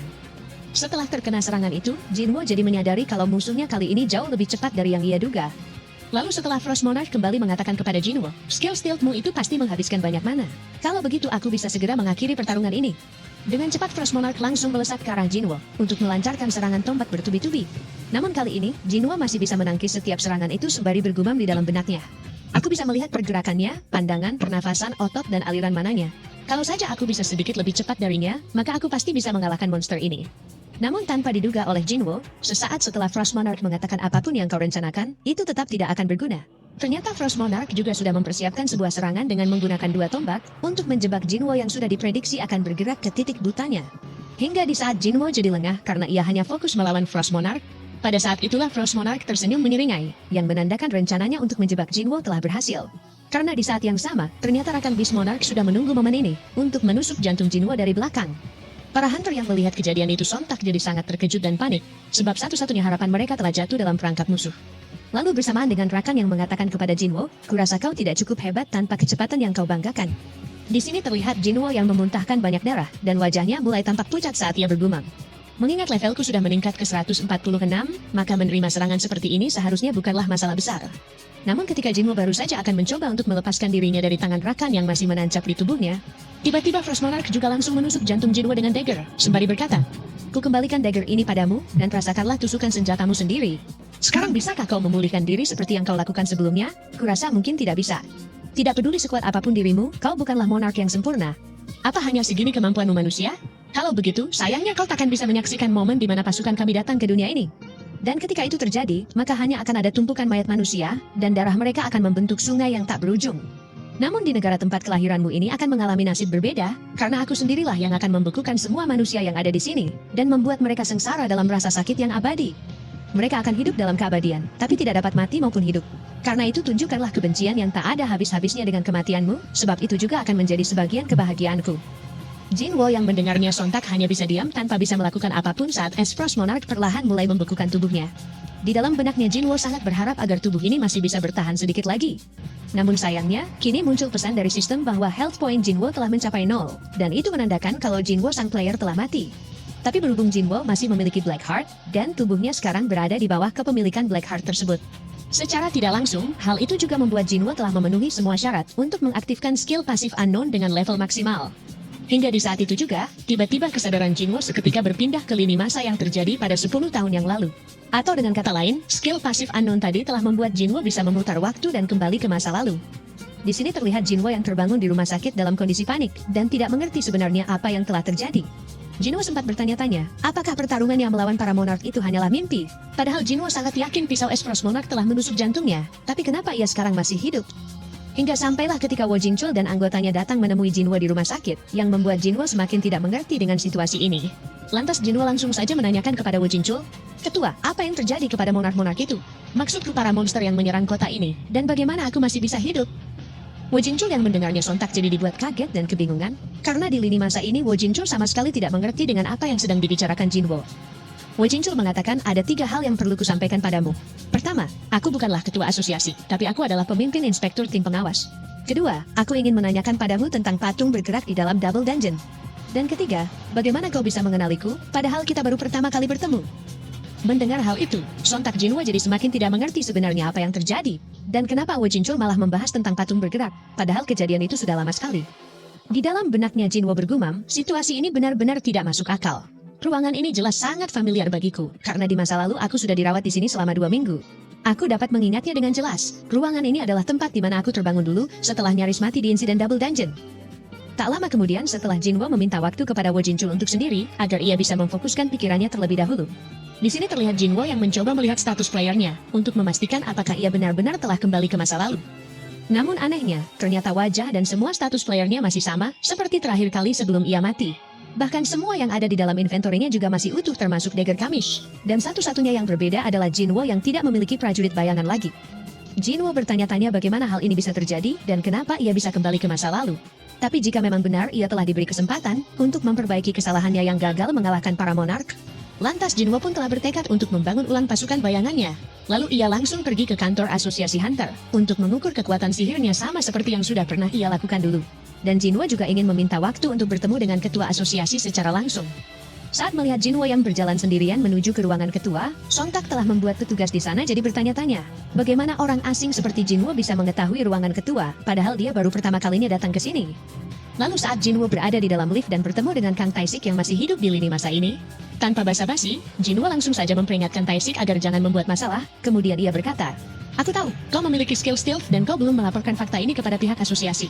Meskipun kau adalah hunter kelas atas, tapi kau tidak ada di dalam daftar nama yang diawasi secara ketat oleh asosiasi hunter. Aku juga tahu kau sedang merencanakan skenario untuk menutupi kejahatanmu, setelah seseorang memintamu untuk membalaskan dendam kematian putrinya. Aku tidak tertarik dengan kejahatan yang kau perbuat, tapi jika kau melukai hunter yang tidak bersalah selama insiden itu, maka kau akan mati di tanganku." Kang Taisik yang mendengar ancaman Jinwo, sontak jadi sangat terkejut dan panik, bagaimana Jinwo bisa mengetahui semuanya. Namun begitu Taisik mencoba bertanya kepada Jinwo, "Siapa kau sebenarnya?" Saat itu Jinwo langsung pergi menuju ke ruangan ketua, tanpa mempedulikan pertanyaan Taisik. Sesampainya di ruangan ketua asosiasi Hunter Korea, seketika mata Jinwo langsung terbelalak kaget karena tidak percaya, kalau ia bisa bertemu kembali dengan ketua Gogunhi di lini masa ini.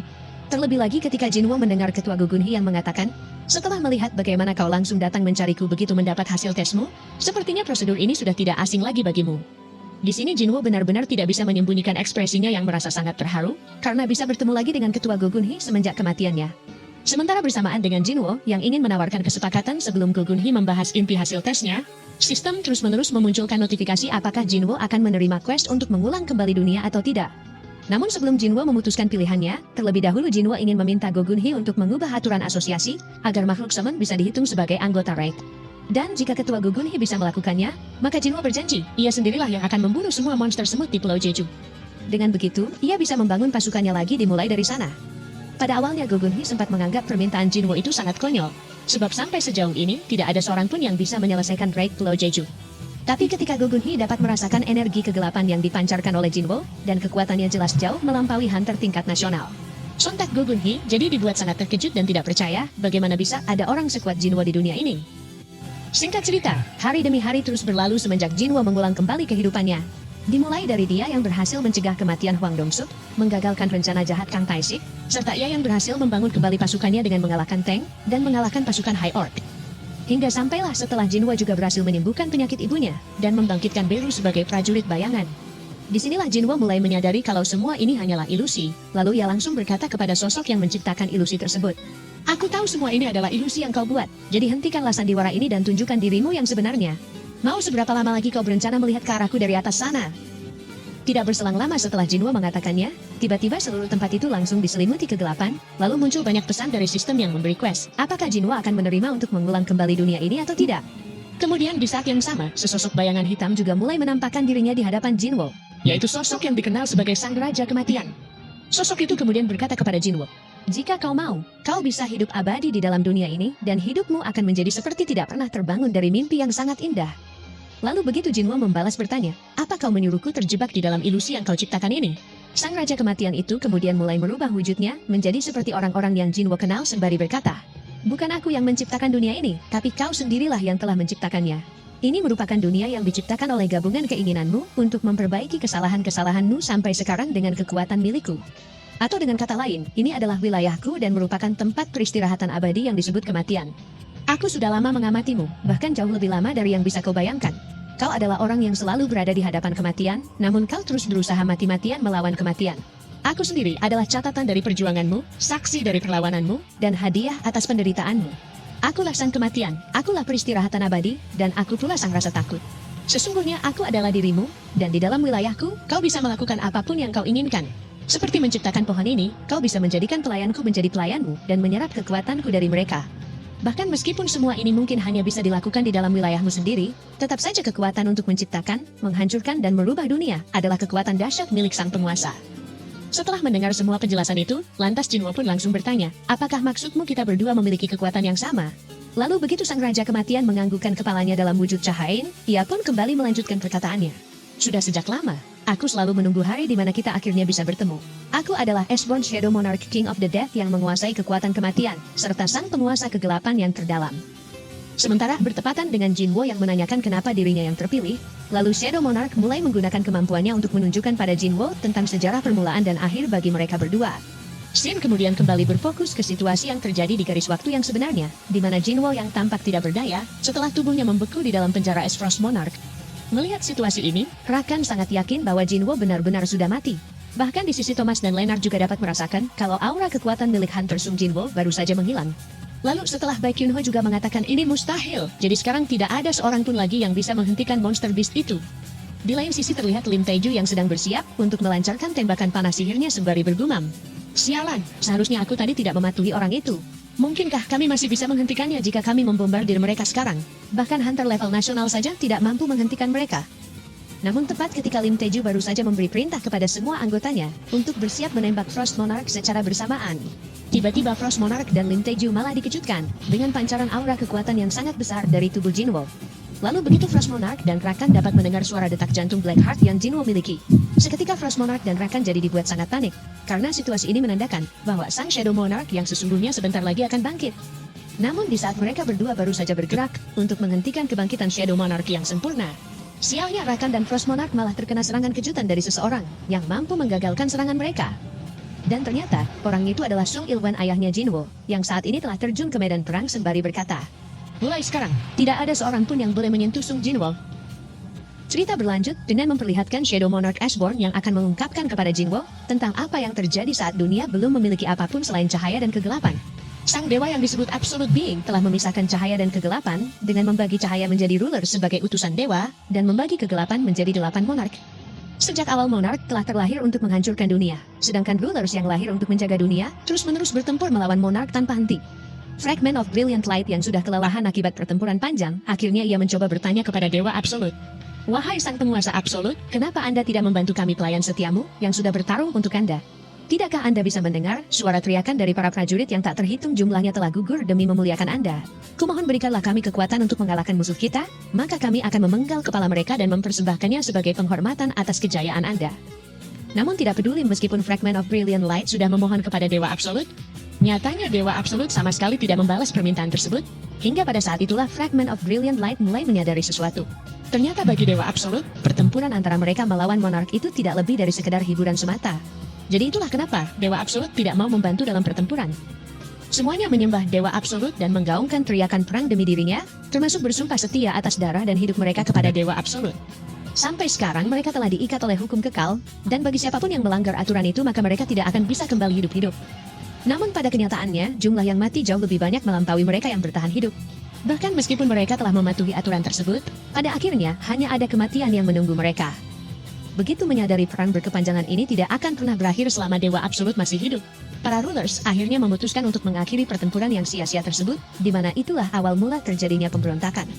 Saat itu Fragments of Brilliant Light adalah satu-satunya utusan dewa yang menentang pemberontakan para utusan dewa lain. Namun karena jumlah pasukannya yang sedikit, semuanya telah tumbang tidak berdaya di hadapan gabungan para utusan dewa.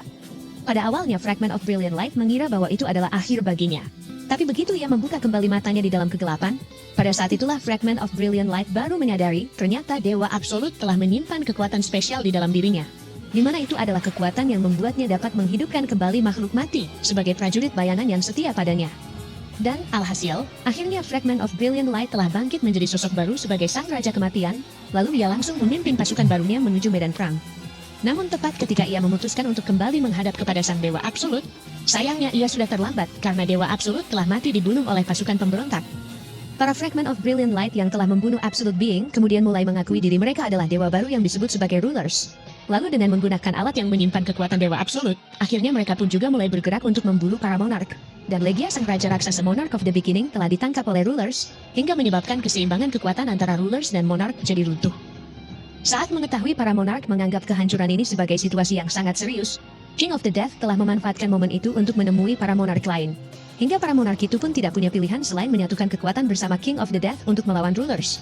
Dan dimulai dari saat itu, King of the Death kembali melanjutkan perang bukan lagi sebagai Fragment of Brilliant Light ataupun utusan dewa, melainkan sebagai Shadow Monarch sang raja kematian. Sejak Shadow Monarch bergabung dalam perang melawan rulers, waktu selalu berada di pihaknya, lalu semua mayat dan jiwa yang tersisa di medan perang juga menjadi pasukannya.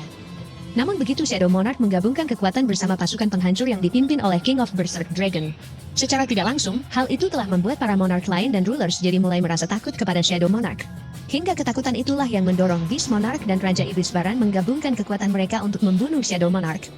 Akibat pengkhianatan itu, pasukan bayangan Shadow Monarch hampir musnah di hadapan kekuatan yang terlalu besar.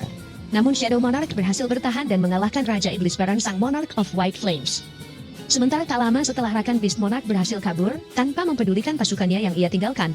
Saat itu para rulers kembali turun dari langit untuk menemui Shadow Monarch, tapi dengan segera Shadow Monarch juga langsung menyembunyikan mayat Raja Iblis Baran di balik jubah hitamnya. Para rulers itu kemudian mulai berdiri mengelilingi Shadow Monarch dan berlutut kepadanya, sembari memohon agar Shadow Monarch yang masih mereka anggap sebagai Fragment of Brilliant Light mau mengampuni kesalahan mereka. Bahkan meskipun seharusnya mereka memiliki cukup kekuatan untuk membuang Shadow Monarch ke alam baka jika mereka menginginkannya, nyatanya mereka telah memilih untuk berdamai dengan Shadow Monarch karena mereka masih menghormati Shadow Monarch yang pernah memimpin pasukan Brilliant Light. Namun ketika Shadow Monarch mendengar salah satu rulers yang mengatakan bahwa tidak lagi ada alasan bagi mereka untuk bertarung, Shadow Monarch yang kesal sontak ia langsung mencengkram kepala ruler itu sembari berkata, "Tidak ada alasan katamu, bukankah kalian semua sudah membunuh tuanku sang Dewa Absolut? Padahal kalian juga menganggapnya sebagai tuan kalian, dan justru karena itulah dosa kalian lebih besar." Lalu begitu ruler itu menjawab, "Sesungguhnya kami hanya ingin mengakhiri perang yang tidak berujung ini. Lagi pula kau seharusnya lebih memahaminya daripada siapapun. Bagaimana perasaan kami saat mengibarkan panji pemberontakan melawan tuan kita?" Shadow Monarch yang mendengarnya kemudian ia membalas berkata, "Kalau begitu tusuklah jantungku dengan tombakmu. Bukankah itulah tujuan yang kalian inginkan? Dan akhirnya kalianlah yang akan menjadi pemenang perang ini." Namun meski begitu, nyatanya rulers tetap memohon kepada Shadow Monarch untuk meredam amarahnya dan memaafkan mereka. Lalu semuanya sekali lagi memberikan penghormatan kepada Shadow Monarch agar Shadow Monarch mau berpihak ke sisi ruler lagi. Shadow Monarch yang merasa bingung dan tidak tahu harus berbuat apa, akhirnya ia memutuskan untuk bersembunyi sementara waktu demi balas dendam. Selain itu Shadow Monarch juga menceritakan kepada Jinwo tentang ia yang sudah membuat Raja Iblis Baran sang Monarch of White Flames memasuki tidur abadi, dan setelah Shadow Monarch memulihkan kekuatannya, ia juga berencana untuk menghancurkan pasukan Beast Monarch. Namun selagi Shadow Monarch bersembunyi, ternyata para Monarch yang kehilangan kekuatannya telah dikalahkan oleh Rulers. Dan ketika ia muncul kembali di hadapan Monarch yang mencoba melarikan diri melalui celah dimensi, saat itu hanya King of Berserk Dragon yang mengerti bahwa ia masih harus memulihkan kekuatannya terlebih dahulu, hingga King of Berserk lebih memilih untuk tidak bertarung dan menerima kedatangan Shadow Monarch. Dalam wujud Adam White, Shadow Monarch terus melanjutkan ceritanya dengan berkata, "Sejak saat itu, aku bersama King of Berserk Dragon telah memutuskan mencari dunia baru untuk memperkuat pasukan, hingga kami berhasil menemukan bumi. Bagi manusia, melawan Monarch pasti adalah sesuatu yang tidak terduga, dan mereka tidak bisa menghindari pemusnahan. Pemandangan kota-kota yang menjadi lautan api seperti yang pernah Jinwo lihat sebelumnya, sebenarnya itu bukanlah pemandangan di masa depan, melainkan itu adalah rekaman insiden yang terjadi di masa lalu." Shadow Monarch kemudian menjelaskan, jika alasan Monarch dilahirkan adalah untuk menghancurkan, maka alasan hidup Ruler adalah untuk menjaga dunia ini, yang dulunya itu merupakan tugas Absolute Being. Namun karena Ruler terlambat mengirim pasukannya untuk menghentikan pergerakan Monarch. Alhasil, semuanya pun telah hancur dan para Ruler jadi dibuat sangat marah, karena pasukan musuh yang mereka biarkan lolos malah menghancurkan dunia lain. Demi memperbaiki kesalahan dan kehancuran ini, Ruler mulai menggunakan alat terlarang yang menyimpan kekuatan Absolute Being, yaitu sebuah artefak Dewa Reincarnation Grail yang dapat memutar waktu kembali ke 10 tahun yang lalu. Ruler sudah berusaha sebaik mungkin untuk menyelamatkan dunia, tapi bumi yang ditempati manusia tidak cukup kuat untuk menghadapi Monarch, karena bumi yang tidak memiliki kekuatan sihir tentu takkan sanggup menghadapi perang besar. Bahkan tidak peduli mau Monarch ataupun Ruler yang menang, akibat dari perang kedua belah pihak ini tetap akan memberikan dampak besar pada dunia. Jadi karena itulah, akhirnya Ruler telah membuat keputusan yang ekstrim, di mana jika mereka tidak bisa menyelamatkan manusia, maka mereka akan mencoba memberikan manusia cara untuk bertahan hidup di dunia ini, sehingga kemudian terlahirlah yang namanya Hunter. Bagaimanapun caranya, Ruler selalu menginginkan agar manusia bisa selamat. Jadi walaupun hanya segelintir orang saja yang bisa menjadi Hunter, setidaknya masih ada sedikit manusia yang bisa bertahan dari dampak perang besar antara Ruler melawan Monarch. Shadow Monarch mengungkapkan dunia ini sudah berkali-kali menghadapi pembantaian. Namun meski makhluk tertinggi tidak bisa melawan aliran waktu, nyatanya mereka tetap bisa mengetahui perubahan dalam aliran waktu yang tercipta dari kekuatan artefak Dewa Reincarnation Grail. Jadi selagi para Ruler berusaha memperbaiki kesalahan mereka berkali-kali, di saat yang sama para Monarch juga terus mengubah rencana mereka sampai artefak Dewa tidak bisa digunakan lagi. Jinwo yang mendengarnya kemudian bertanya kepada Shadow Monarch, apakah kekuatan artefak Dewa itu juga memiliki batas? Lalu setelah Shadow Monarch menjawab tentu saja tidak ada yang abadi, sama halnya dengan Dewa Absolut yang dapat melakukan penciptaan, tapi malah berakhir di tangan ciptaannya sendiri. Lantas Jinwo pun kembali bertanya, jadi bagaimana cara makhluk ciptaan bisa membunuh penciptanya? Shadow Monarch menjelaskan, hal itu tidak ada bedanya dari manusia yang mati karena senjata buatan mereka sendiri. Kami diciptakan untuk bertarung dan diberikan kekuatan yang bahkan mampu membunuh pencipta kami sendiri. Para Monarch memanfaatkan metode yang digunakan Ruler untuk menyusun rencana mereka sendiri. Jadi sama seperti Ruler yang meminjamkan kekuatan mereka kepada manusia untuk menghadapi monster dan memperkuat dunia ini, Monarch juga meminjam tubuh manusia untuk turun ke bumi, dan membawa pasukan mereka lebih awal dari perkiraan Ruler. Mereka berusaha memanfaatkan kekuatan sihir yang disebarkan Ruler di dunia ini, untuk mengubah bumi menjadi jebakan besar. Dengan begitu, maka mereka bisa membantai sekaligus semua pasukan Ruler yang datang untuk membantu manusia. Bagi Monarch yang memiliki kekuatan yang luar biasa, mereka membutuhkan tubuh inang yang sanggup menggunakan kekuatan besar itu untuk memasuki dunia ini. Namun karena Shadow Monarch dan Monarch of Destruction memiliki kekuatan yang terlalu besar, akibatnya mereka berdua tidak dapat menemukan manusia yang cocok sebagai inang bagi mereka. Pada saat itu, penyihir hebat yang melayani raja datang memberi tawaran kepada Shadow Monarch untuk membantu menemukan manusia yang cocok. Sebutan penyihir itu adalah arsitek. Dia bersedia membantu Shadow Monarch asalkan dia bisa mendapatkan tubuh abadi. Arsitek telah membuat sistem player untuk mencari orang-orang berbakat dalam merasakan kekuatan sihir, yaitu orang dengan kekuatan fisik dan mental yang kuat, serta memiliki ketahanan tubuh untuk menerima kekuatan Shadow Monarch.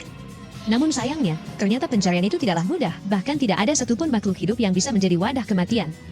Hingga sampailah ketika arsitek menemukan seseorang yang terjebak di dalam sistem miliknya, yaitu seseorang yang dapat menulis ulang aturan permainan dan melampaui ekspektasinya. Sejak saat itulah Shadow Monarch mulai mengawasi dan memilih Jinwo, yang sebenarnya hanyalah manusia lemah dan selalu paling dekat menghadapi kematian. Tapi Jinwo juga terus berhasil menghindari kematian lagi dan lagi. Bahkan meskipun keputusan Shadow Monarch itu ditentang oleh arsitek, nyatanya Shadow Monarch tetap memilih Jinwo. Shadow Monarch kemudian sekali lagi mengatakan kepada Jinwo, "Aku adalah catatan dari perjuanganmu, saksi dari perlawananmu, dan hadiah dari semua penderitaanmu." Lalu begitu mendengar Jinwo yang membalas berkata, "Meskipun aku telah melampaui ekspektasi arsitek, bukankah kemampuanku seharusnya masih kurang untuk menampung kekuatanmu?" Di sini Shadow Monarch kembali melanjutkan penjelasannya dengan berkata, "Arsitek telah menggunakan skill dan preferensi manusia untuk menyesuaikannya dengan kekuatanku. Jadi dengan adanya sistem permainan dan pembuatan ulang milik arsitek yang memakai kekuatanku, secara tidak langsung sistem player itu telah membakar semangatmu dan merubah tubuhmu level demi level, untuk menyesuaikannya dengan kekuatanku." Jinwo yang mendengarnya kini jadi paham, ternyata itulah alasan kenapa sistemnya memiliki kesamaan seperti dalam game, terutama aspek player system itu. Lalu ketika Jinwo bertanya kepada Shadow Monarch, kalau begitu kenapa kau mengkhianati arsitek? Untuk sesaat Shadow Monarch sempat terdiam memikirkan jawabannya, kemudian dia berkata, setelah ruler meminta maaf dan Monarch mengkhianatiku, aku jadi merenungkan harus berpihak kepada siapa. Sehingga akhirnya aku membuat keputusan, dan itulah yang aku inginkan.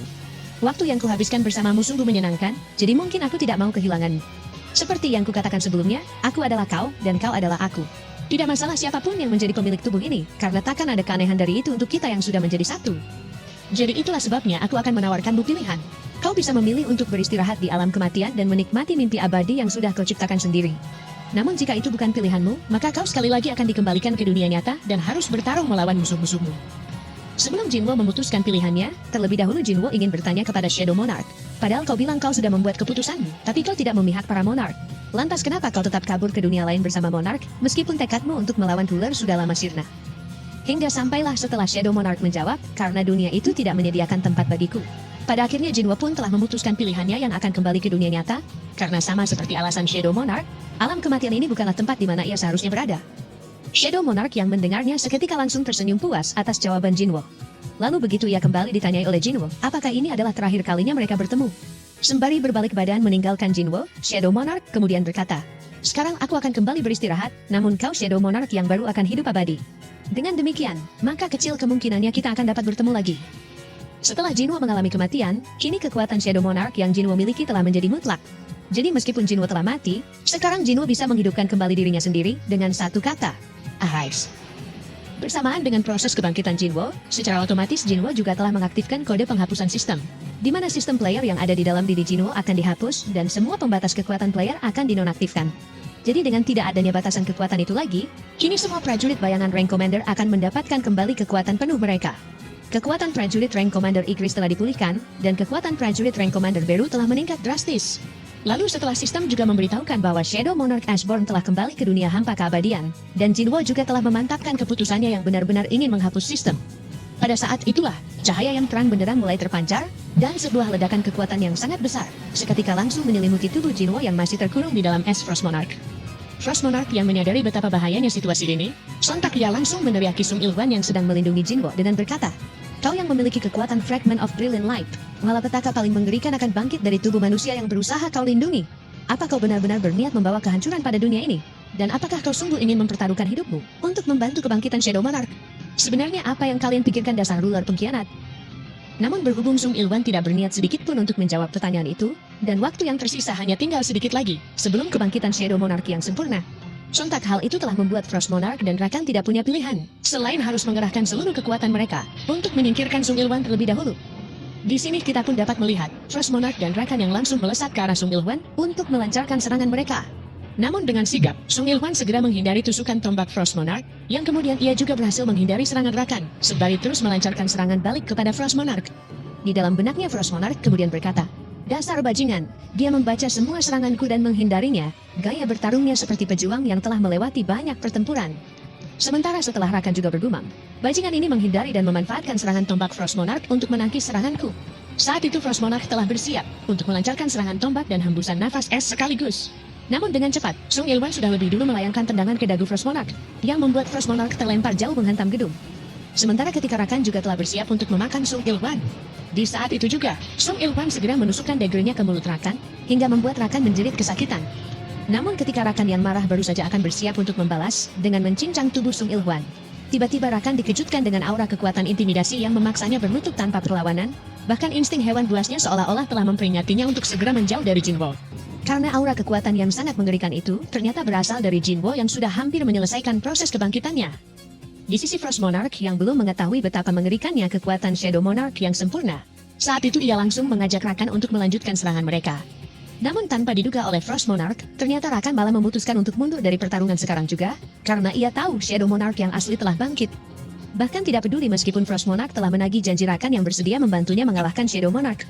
Nyatanya Rakan tetap memilih kabur melalui gate miliknya, sembari berkata kepada Frost Monarch, janjiku hanya berlaku saat Shadow Monarch sedang dalam wujud manusia. Tapi karena Shadow Monarch yang sempurna akan muncul, maka aku sudah tidak perlu menepati janji itu lagi. Kemudian setelah Rakan juga berkata, kau tidak mengerti karena kau belum pernah merasakan betapa mengerikannya kekuatan penuh Shadow Monarch. Saat itu Rakan langsung pergi meninggalkan Frost Monarch, hingga membuat Frost Monarch yang kesal mulai melepaskan kekuatan penuhnya untuk bertarung sendirian. Yang mana begitu Frost Monarch menancapkan tombaknya ke tanah, seketika seluruh tubuhnya langsung dikelilingi oleh badai es yang dapat mencabik-cabik lawan, dengan senjata tombak yang tak terhitung jumlahnya.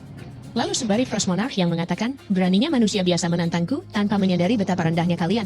Saat itu Frost Monarch juga mulai menciptakan bongkahan es besar di atas langit, untuk menghancurkan seluruh tempat itu bersama Shadow Monarch. Namun tanpa diduga oleh Frost Monarch, tepat ketika ia baru saja menjatuhkan bongkahan es itu, dan Sung Ilwan juga sudah tidak mampu menahan serangan tombak yang menghujani dirinya. Pada saat itulah, Beru telah bangkit dan langsung menghantam bongkahan es tersebut, hingga ia berhasil menghancurkannya jadi berkeping-keping. Sementara di sisi Sung Ilwan yang sedang terluka akibat terkena serangan tombak sebelumnya. Di sini juga terlihat ada Igris yang melindungi Sung Ilwan. Lalu berkat rank komandernya yang telah dipulihkan, dengan sombongnya Igris pun berkata, "Hei Frost Monarch, jangan beraninya kau menyebut dirimu sebagai raja dengan kekuatanmu yang hanya segitu." Kemudian tak lama setelah Frost Monarch bergumam, dia mampu mematahkan serangan sihirku. Kalau begitu, artinya prajurit bayangan rank commander telah mendapatkan kembali kekuatan mereka. Dan itu berarti Shadow Monarch yang sempurna benar-benar telah bangkit.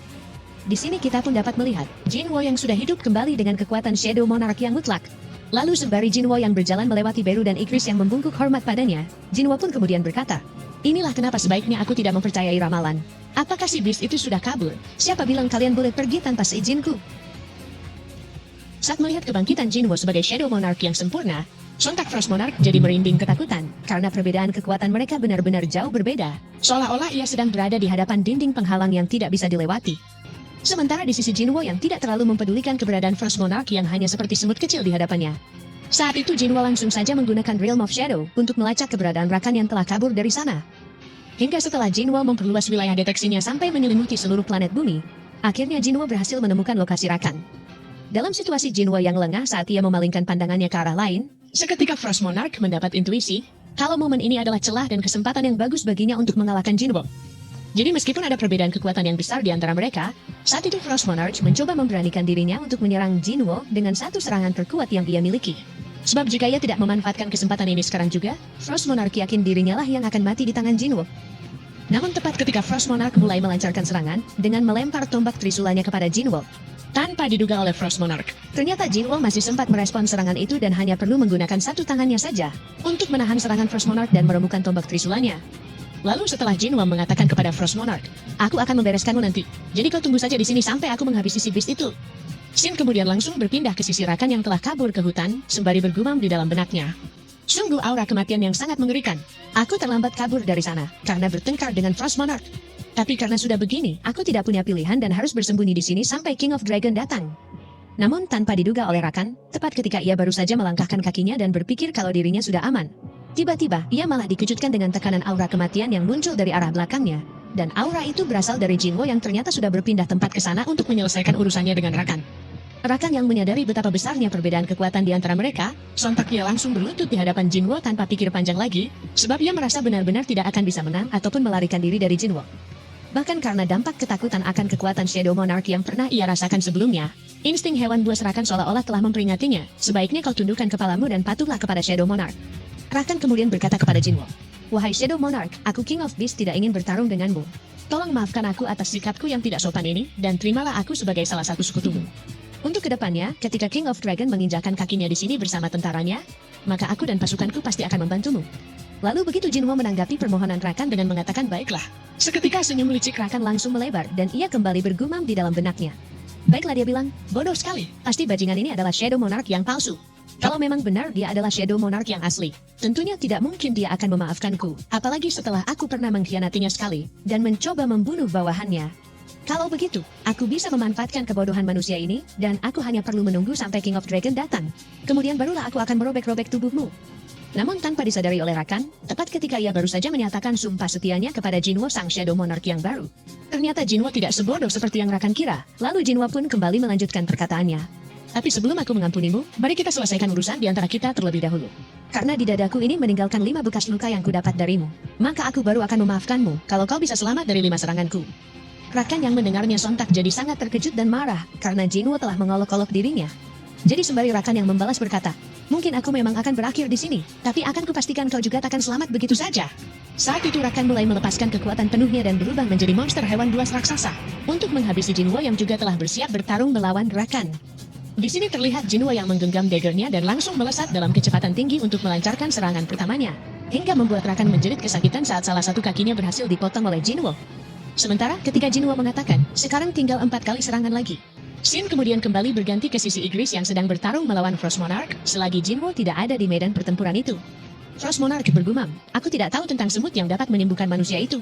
Tapi aku yakin prajurit yang satunya lagi pasti akan menjadi masalah buatku, karena dia adalah salah satu dari 2 sayap Shadow Monarch yang bernama Igris Sang Ksatria Kematian. Terlebih lagi karena sekarang dia sudah bisa menggunakan kekuatan penuhnya, dan prajurit bayangan ini bisa terus beregenerasi selama Shadow Monarch masih memiliki energi sihir. Tentunya situasi ini sangat merepotkan, sebab aku tidak bisa memulihkan energi sihir yang sudah kugunakan untuk bertransformasi. Begitu Igris mencoba mengayunkan tebasan pedangnya kepada Frost Monarch yang masih bisa menghindar. Dengan sombongnya Frost Monarch berkata kepada Igris, jangan coba-coba melakukan sesuatu yang sia-sia. Apa kau pikir kau bisa menahan seranganku? Namun tanpa ingin menanggapi perkataan Frost Monarch, tiba-tiba Igris malah menancapkan pedangnya ke tanah sambil membentangkan jubahnya. Lalu jubah itu seketika berubah menjadi gerbang dimensi untuk mendatangkan Jinwo kembali ke tempat ini. Saat mendengar Jinwo yang memberitahu bahwa ia sudah memusnahkan Beast Monarch, dan kedua benda ini adalah buktinya. Sontak Frost Monarch jadi sangat terkejut dan tidak menyangka kalau Jinwo mampu membunuh Beast Monarch hanya dalam waktu beberapa menit saja. Kemudian setelah Jinwo kembali berkata, Plague Monarch, Beast Monarch, dan Frost Monarch, kematian dari ketiga monark ini akan menjadi peringatan bagi monark yang lain. Frost Monarch yang kesal mendengarnya, sontak ia langsung bersiap untuk menyerang Jinwo dengan sihir es tajam yang tak terhitung jumlahnya. Namun di saat yang sama, ternyata Jinwo sudah lebih dulu melemparkan daggernya ke dada kiri Frost Monarch, yang kemudian Jinwo juga langsung mengendalikan dagger itu untuk menusuk dada kanan Frost Monarch. Sementara ketika Frost Monarch baru saja bersiap untuk membalas Jinwo dengan semburan nafas es. Saat itu Jinwo segera mencengkram mulut Frost Monarch, yang kemudian Jinwo lanjutkan dengan menebas tubuh Frost Monarch menggunakan daggernya. Lalu setelah Jinwo berkata kepada Frost Monarch, asal kau tahu, Beast itu mati dalam serangan keempat. Kalau kau kira-kira bisa bertahan berapa lama? Pada saat itu juga, seketika Frost Monarch langsung menjerit kesakitan, karena tubuhnya yang sudah tidak sanggup lagi menahan serangan Jinwo. Dan alhasil, akhirnya Frost Monarch telah mengalami kematian abadi, yang membuat seluruh jiwa dan raganya musnah dari dunia ini. Tak lama setelah Jinwo berhasil membunuh Frost Monarch dan menyelamatkan bumi dari kehancuran, Jinwo langsung memanggil Beru untuk menanyakan bagaimana keadaan pria utusan ruler yang berusaha melindungiku tadi. Hingga setelah Beru menjawab, pria itu tiba-tiba menghilang, dan hanya senjatanya saja yang tertinggal di tempat ini. Dengan segera Jinwo langsung mengambil senjata tersebut, lalu Shin berganti ke sisi Sung Ilwan yang sedang bersembunyi di bawah reruntuhan gedung sambil menunggu kematiannya, karena inilah konsekuensinya jika ia menerima kekuatan dewa dengan tubuh manusia. Ketika Sung Ilwan mencoba menerima takdirnya yang memang sudah seharusnya begini. Pada saat itulah Sung Ilwan dikejutkan dengan seseorang yang mengembalikan senjata miliknya, di mana orang itu tidak lain adalah Sung Jinwo sang putranya sendiri.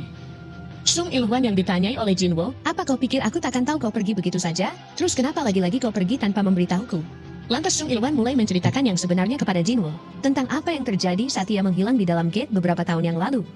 Umumnya setelah tim Raid mengalahkan bos monster, mereka harus segera keluar dari gate dalam waktu 1 jam. Tapi sialnya, saat itu Sung Ilwan tidak bisa berbuat apa-apa, selain terjebak di dalam celah dimensi. Hari demi hari telah Sung Ilwan jalani tanpa ada seorang pun yang datang untuk menyelamatkannya. Hingga sampailah ketika Sung Ilwan sudah hampir mencapai batasnya untuk bertahan hidup tanpa makan dan minum. Pada saat itulah Sung Ilwan didatangi oleh ruler yang ingin meminjamkan kekuatan mereka, asalkan Sung Ilwan bersedia membantu mereka untuk menghentikan para monark, termasuk Shadow Monarch yang diramalkan tidak lama lagi akan bangkit. Sung Ilwan yang terkurung di dalam gate itu tentu tidak punya pilihan selain menerima kesepakatan tersebut, dan akhirnya ia telah kembali ke bumi sebagai utusan ruler dengan membawa tanggung jawab yang berat. Tapi begitu Sung Ilwan menyaksikan dengan mata kepalanya sendiri bahwa sosok Shadow Monarch yang bertarung melawan para monster raksasa di Jepang adalah Sung Jinwo, nyatanya Sung Ilwan tidak bisa memenuhi tanggung jawab tersebut. Bahkan meski ia tahu malapetaka terburuk bagi umat manusia berada di tubuh Jinwo, Sung Ilwan tetap tidak bisa melakukan apa-apa selain mengamatinya dari kejauhan, karena ia tidak sanggup untuk melawan anaknya sendiri. Namun setelah beberapa waktu berlalu semenjak kejadian itu, para ruler yang awalnya hanya fokus pada tujuan untuk mencegah kebangkitan Shadow Monarch, tiba-tiba mulai berubah pendirian mereka. Dan alhasil, akhirnya sang Fragment of the Most Brilliant Light telah memberi Sung Ilwan perintah baru untuk melindungi Shadow Monarch. Ruler menyadari, jika mereka ingin menghentikan rencana para monark lain, maka mereka memerlukan kekuatan Shadow Monarch. Terlebih lagi mereka juga percaya, Shadow Monarch adalah satu-satunya yang bisa menghentikan pasukan penghancur yang dipimpin oleh King of Dragon. Pada awalnya rencana ini memang masih belum pasti, sebab tidak ada yang tahu Shadow Monarch akan memihak kepada siapa. Namun setelah sekarang mereka tahu hasilnya, karena itulah Sung Ilwan datang ke Korea untuk membantu Jinwo sang Shadow Monarch. Sung Ilwan mengungkapkan, sesungguhnya ia tidak mau menunjukkan kondisi dirinya yang seperti ini pada Jinwo.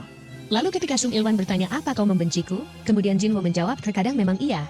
Lantas Sung Ilwan langsung meminta maaf kepada Jinwo, tapi segera setelahnya Jinwo juga langsung melanjutkan perkataannya. Ketika aku pertama kali menjadi seorang hunter, saat aku sekarat, bahkan saat aku nyaris tidak selamat untuk melihat ibu dan Jinah lagi, ayah selalu terlintas di dalam pikiranku, dan aku selalu membencimu ketika hal itu terjadi. Tapi meski begitu, aku juga selalu merindukan ayah. Sung Il-hwan yang mendengarnya sontak jadi sangat terkejut dan tidak menyangka kalau Jinwo masih merindukannya. Hingga ketika Jinwo kembali bertanya kepada Sung Il-hwan, apakah ayah juga merindukan kami? Seketika Sung Il-hwan langsung meneteskan air matanya dan menjawab, tentu saja aku selalu merindukan kalian. Bahkan walaupun kau tidak bisa melihatku, aku senang sekali bisa melihatmu dari jauh. Di sisa-sisa hidupnya, Sung Il-hwan berusaha bangkit untuk memeluk Jinwo dengan penuh kasih sayang, sembari mengatakan kau telah tumbuh dengan baik anakku. Lalu begitu Jinwo juga ikut menangis terharu dan bertanya kepada Sung Il-hwan, apakah para ruler lah yang sudah mengontrol dan membuang ayah? Lantas Sung Il-hwan pun menjawab, mereka hanya memberiku kesempatan untuk memilih. Jadi aku lebih memilih untuk melindungimu, dan aku sama sekali tidak menyesalinya. Aku ingin terus berbicara denganmu dan berada di dekatmu lebih lama lagi. Tapi karena tubuh ini sudah mencapai batasnya, maafkan aku yang tidak bisa menjadi ayah yang baik bagimu. Setelah mengatakan semua itu, seketika jiwa dan raga Sung Il-hwan perlahan mulai lenyap dari dunia ini. Hingga membuat Jinwo tidak bisa menahan kesedihannya, lalu ia berteriak dengan suara yang lantang.